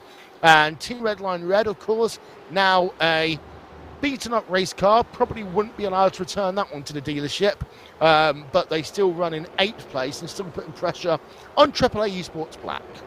Yeah, and talking about that delta in terms of track temperature dropping by 13 degrees, which is it's almost 20% from where we started, a drop off in that temperature. But looking at maybe 1.3 seconds in terms of tire fall off. Now, of course, that would be on newer tires. That is going to help cars that did not take tires, as we see Thebe getting very, very loose through that sweeping left-hander on the run down to Yunkao. He's trying to catch the AAA car in front. The AAA car is one of those cars on that interesting strategy that the Red Bull team did. 46 seconds in the box, and I'm hoping that in about 5 minutes time, we're going to get Graham Carroll and Sebastian Job into the commentary booth with us, and we can ask them exactly what they did, because I've been racking my head for 55 minutes here, and I still can't figure out exactly what they were doing. It's got to be a 2-tire stop or something like that. That's the only way I can explain it, unless, of course, Graham Carroll wanted a swig of Red Bull before he went out onto track, or a bit of fun. Who knows? But we're on board with Alexander Thebe and the Team Redline red car, and 2 attempts per second behind AAA Esports black car. And of course, with the damage now to that Team Redline red car, this middle section of the racetrack just becomes a little bit more complicated. Even though these GT cars, they're not as aero dependent as, Formula cars, the aero is still important. That's the reason why, billions of pounds are spent in terms of research and development for how do cars look. So Alexander Thebe, he's kind of nursing a car, and he might be hoping that he can use this traffic as a pick. Yeah, very much so. Something I just think was interesting while watching the Redline car, I'm not sure if you've been following on Twitter recently, Will, but one of the Redline drivers, as they're going to get checked up with traffic. This is going to help the Team Redline car on the run down into turn number 1. But the Redline crew, well, Lando Norris, one of their drivers, he's recently announced a new outfit, the Team Quadrant, along with some influencers on social media. It'll be interesting to see if Norris continues to compete in the Redline outfit as well, because, of course, it's a lot of fun watching Max Verstappen and Lando Norris teaming up together for a sim race. Well, who can forget that 24-hour race of Spa, as we now see Thebe trying to set up an over-under as he heads out of the Senna S's. Yep, and to finish the point, the infamous brake pedal mishap is the way you can call that. I almost swore there, because that's exactly what Max Verstappen did quite a few times. Lights are flashing as we've got this battle very close here, as they work themselves side by side as they work up towards Ferradura again. Outside line can work here. You just don't want to pinch someone too much on the inside. And unfortunately, battle is still going to continue. No pass made there by Team Redline. But here comes the Urano Esports HKM car, who's in this second part of this race. They've gained about 5 places now, and they're looking to try and gain a few more. As I've got a feeling that this could be almost a free-wide situation as they exit Yunsao and head towards the start-finish line. Yeah, very much so. And Graham Carroll just coming in towards the Decido de Lagos, so probably looking, Will, at, I would say, one more lap to go after this. So the next time around will be the white flag, I think. So this will be the penultimate opportunity for some of these cars to make moves. And this is one of the main battles that we see now. On the edge of the top 10, Urano from 9th position, continuing their charge. What can they do as Redline gets blocked all the way to the inside wall? They don't quite go free wide into the center S. I think Urano was thinking about it. Redline still side by side though with the AAA esports car, and it's going to be a drag race. No, it's not. Redline have got themselves easily through there. Now it's going to be a case of what happens between the AAA esports car and the Urano car. No. And they make contact and they almost collect the Redline car as well.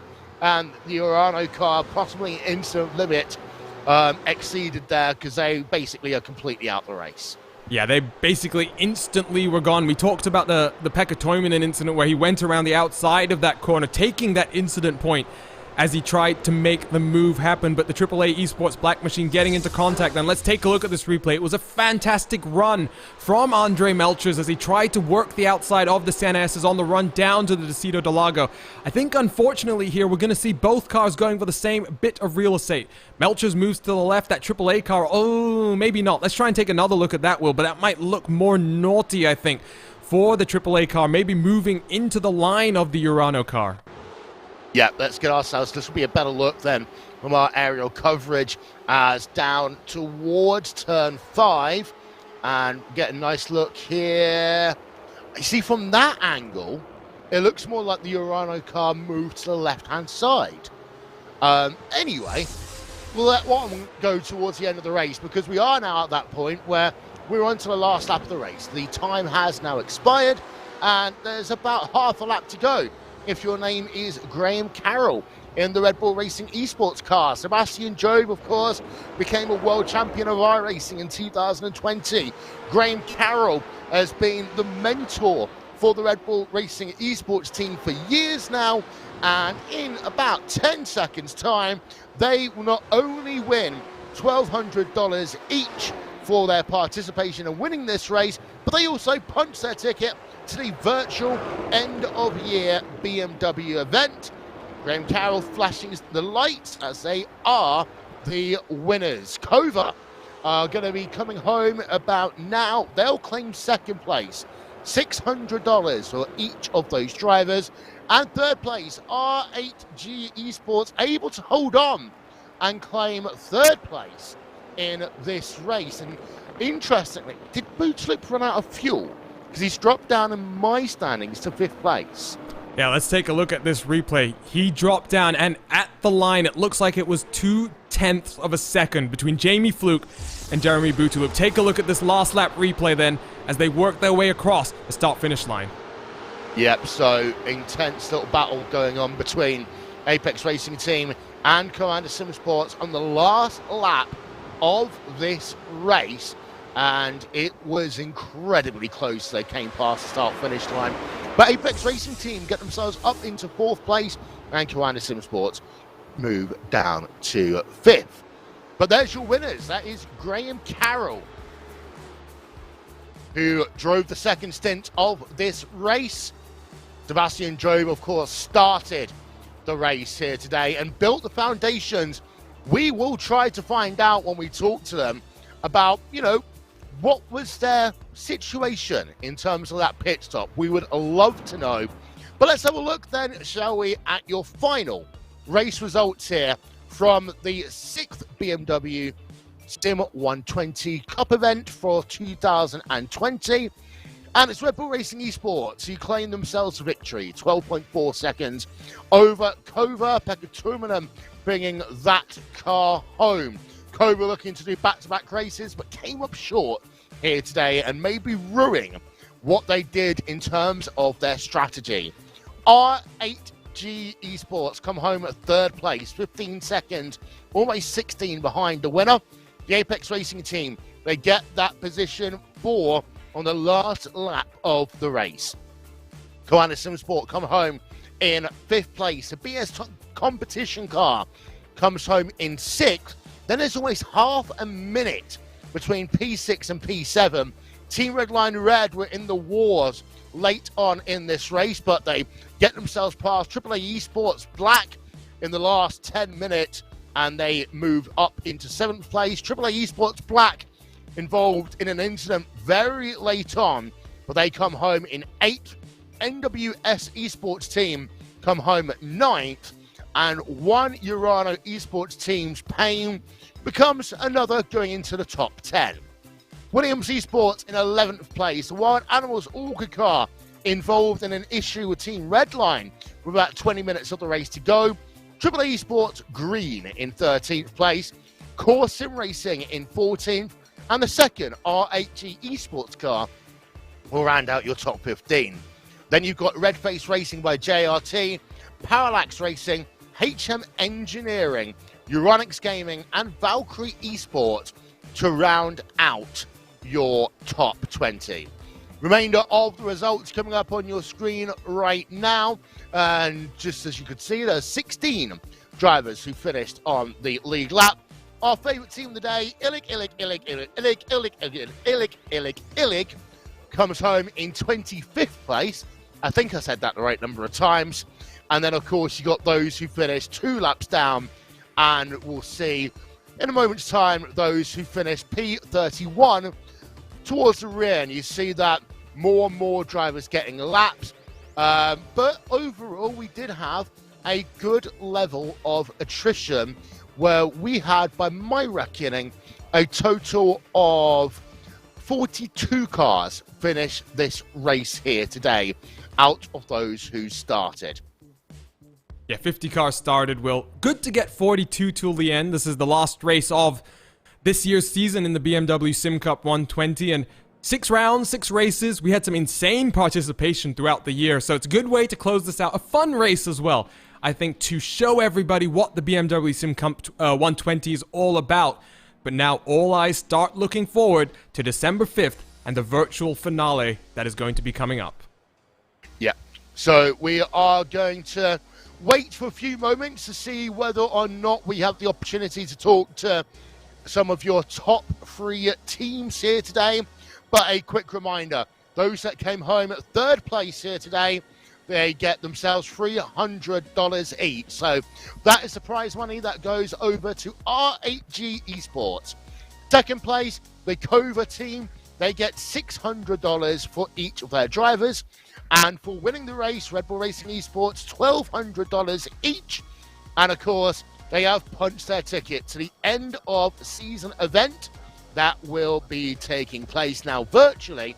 And we look forward to seeing, well, Sebastian Job, Graham Carroll join Team Redline Oranges, Max Benecke and Max Venig.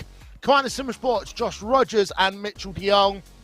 BS Competitions, Lauren Heinrich and Alexander Voss. The Williams Esports Stroke Cup of Nations car are Sami Matti-Trogan and Augustin Canapino. And, of course, the Kova team, Thomas Tattler and Valtteri Alander, who punched their ticket last time out at Road Atlanta.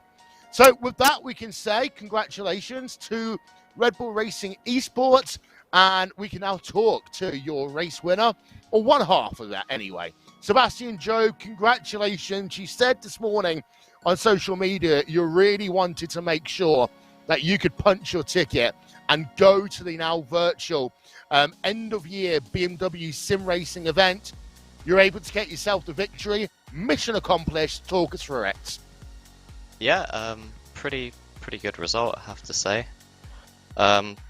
We are a bit busy during the middle of the week, but the last couple of days we've had a lot of quite a heavy grind to make up for all the lost time practicing, and yeah, I think we managed to put it all together. Not the best qualifying lap, but the pace was really good on the qualifying set, so I could get away with it. And then a pretty straightforward race. We tested all the strategies quite a bit, so we knew what to do, and yeah, paid off quite nicely, as you can see. Talking about strategy, just run us through that one, because we were a little bit confused with the pit stop time. Was that a 2-tyre pit stop that you did there? Yeah, we took 2 right side tyres. Got ya.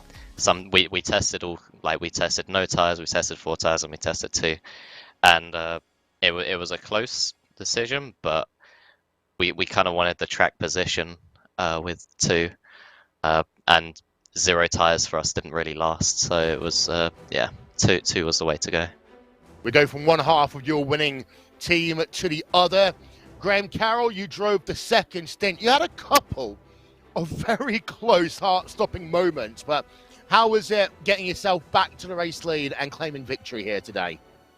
Hey guys, yeah, thank you. Yeah, it was yeah, it's awesome to first try at the BMW 120 with for myself anyway, and yeah, we get the win today, so awesome. But yeah, a few guys having sort of spins mid corner and coming out facing the wrong way, and yeah, me and Seb sort of screaming to each other. But yeah, it all worked out good, and the practice paid off a bit like Monza and Pesque. So yeah, over the moon with that.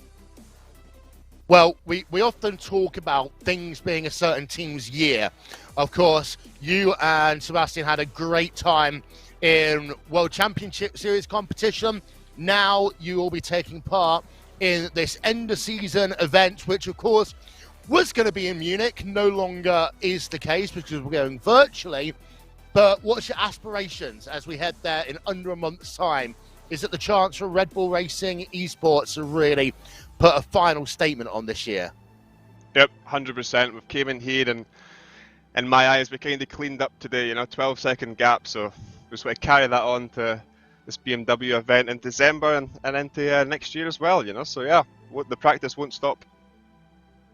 Well, thank you both very much there. Sebastian Job, Graham Carroll are your victors in the 6th and final BMW Sim 120 Cup event of 2020.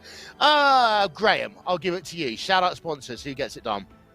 Yeah, just like to say a big massive thank you everyone involved at Red Bull. They make our lives awesome to be on this sim racing, and a lot easier. So yeah, everybody behind the scenes at Red Bull and G2 also. So yeah, big thanks to all the guys. Well, thank you both very much. And as I say, they joined Team Redline, Koana Simsport, BS Competition, the Cup of Nations, and Cobra teams. My little list is now complete for the year. So we've got 12 drivers who will be heading into virtual competition in just about 4 weeks' time. Let's have a chat now to Antti Ahola from the Cobra team. Antti, second place for your team here today. Of course, you started the race sharing your car then with Pekka Turunen. How did it go for you? And in terms of the pit stops, do you still think it was the right choice to make in terms of you and your tyre situation? Well, quite honestly, we went into the race quite, well, halfway blindfold, you could say, because we only had the tire data from the offline testing, and mostly I've done the entire testing by myself in the past 3 weeks or so.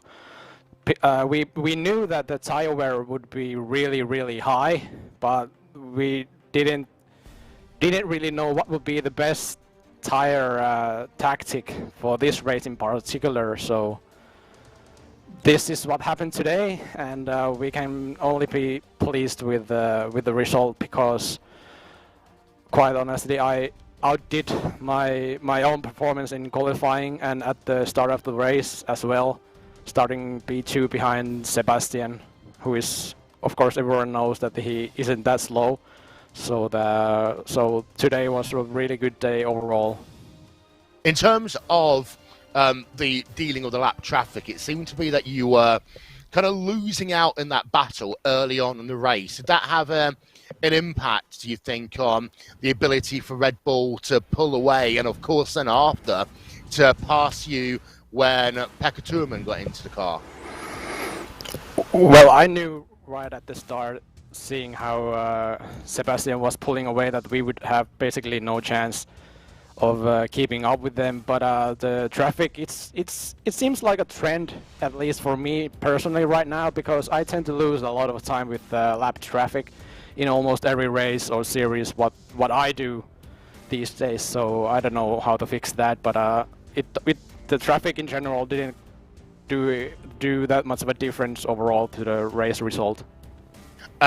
You've got one of your teams who have qualified for this end-of-year event with Thomas Tattler and Valtteri Alander. Now this event has gone virtual. Is there more of an opportunity for the rest of the team to kind of help support a little bit? Well, yeah, absolutely. That's a very straightforward answer to what I thought was a very straightforward question. But before we let you go, shout out sponsors. Who gets it done for your team? Yeah, big shout out to Pekka for bringing the car home and doing those two fantastic overtakes, dealing with the lap traffic, and shout out to the rest of the team as well. Well, thank you very much. Antti Ahola there from Kova. And Arjun, it's been a crazy day's worth of racing. Incredibly fun to watch. And I think overall, a lot of fun. What a way to finish off this virtual 6-race season. We take a look at the schedule once again, Will. It's been... we started at Daytona, and I mean, it just set the tone. Some crazy racing, some incredible action. I mean, Sebring, Nürburgring, Spa, Road Atlanta, what type of races we got to see there. And, Interlagos, what a way to finish off. Just less than a month to go until our end-of-year sim event then, and lots of exciting things to look forward to over the next month, and hopefully we get to see this series make a return in 2021. I'm sure things will be different with everything that's changed over the last year. Sim racing has, been exploding, and this commitment from BMW has been there for not just this year, it's been there in the past as well. So hopefully we'll get to see it return, and hopefully we'll get to call some more amazing racing action here in the BMW M8s as well. Yeah, indeed. Before we go, we've got one more driver to talk to. Coming home third place, R8G Esports, Scott Andrews. It was a race where we thought for a while you were going to have to really hold on, and well, hold on, your team did, and you get yourself third place. Yeah, man, we're stoked as a team for sure, to come away with the podium in such a competitive race. I think it's got to be one of the most competitive races in sim racing right now, the 120.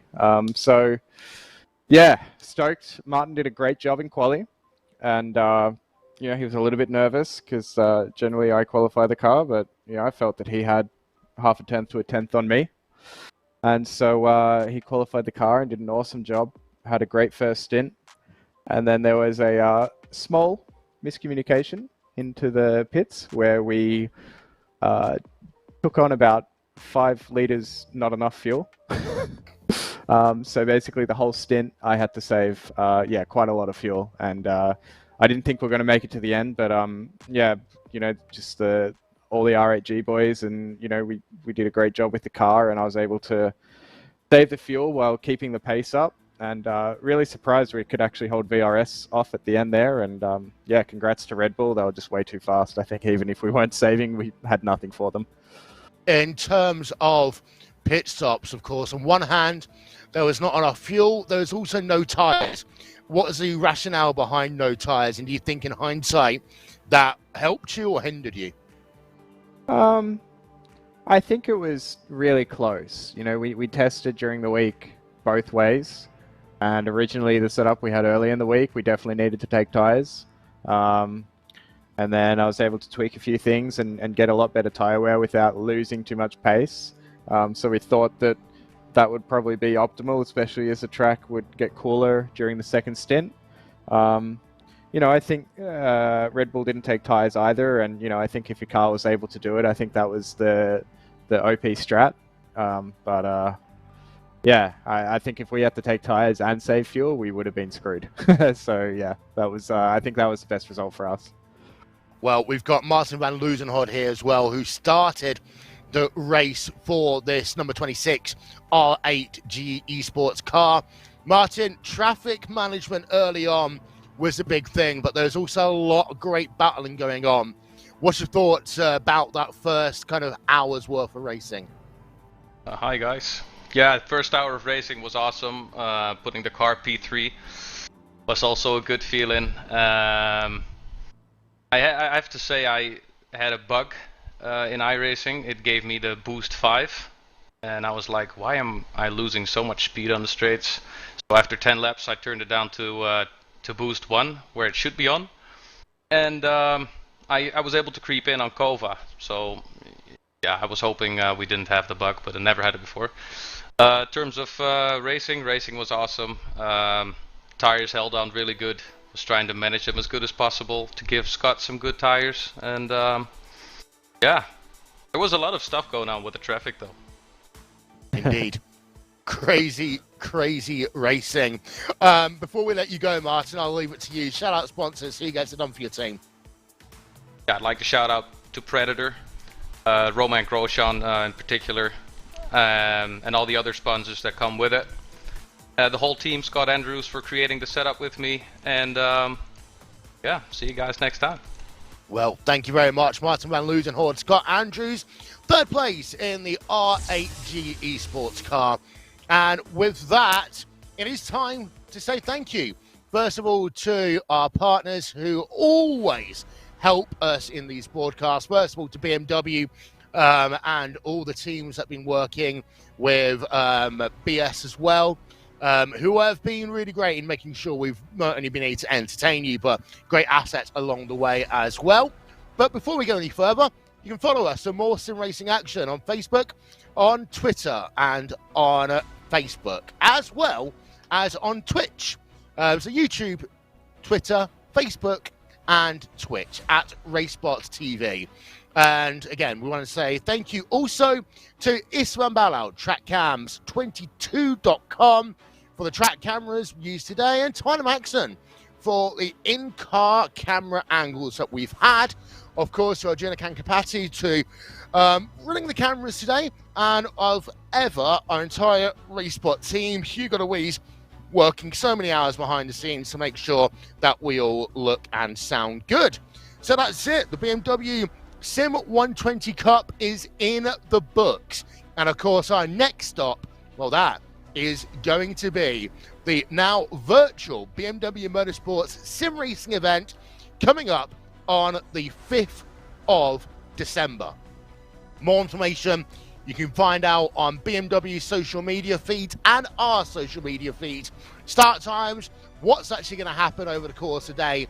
But we are really looking forward to it. And with that, we can say thank you for watching the BMW Sim 120 Cup in 2020. We do hope it is back in 2021. Thank you to all the teams and the drivers for entertaining us along the way. And with that, it's just time for me to say goodbye from the Autodromo Jose Carlos Pace. Goodbye from the BMW Sim 120 Cup.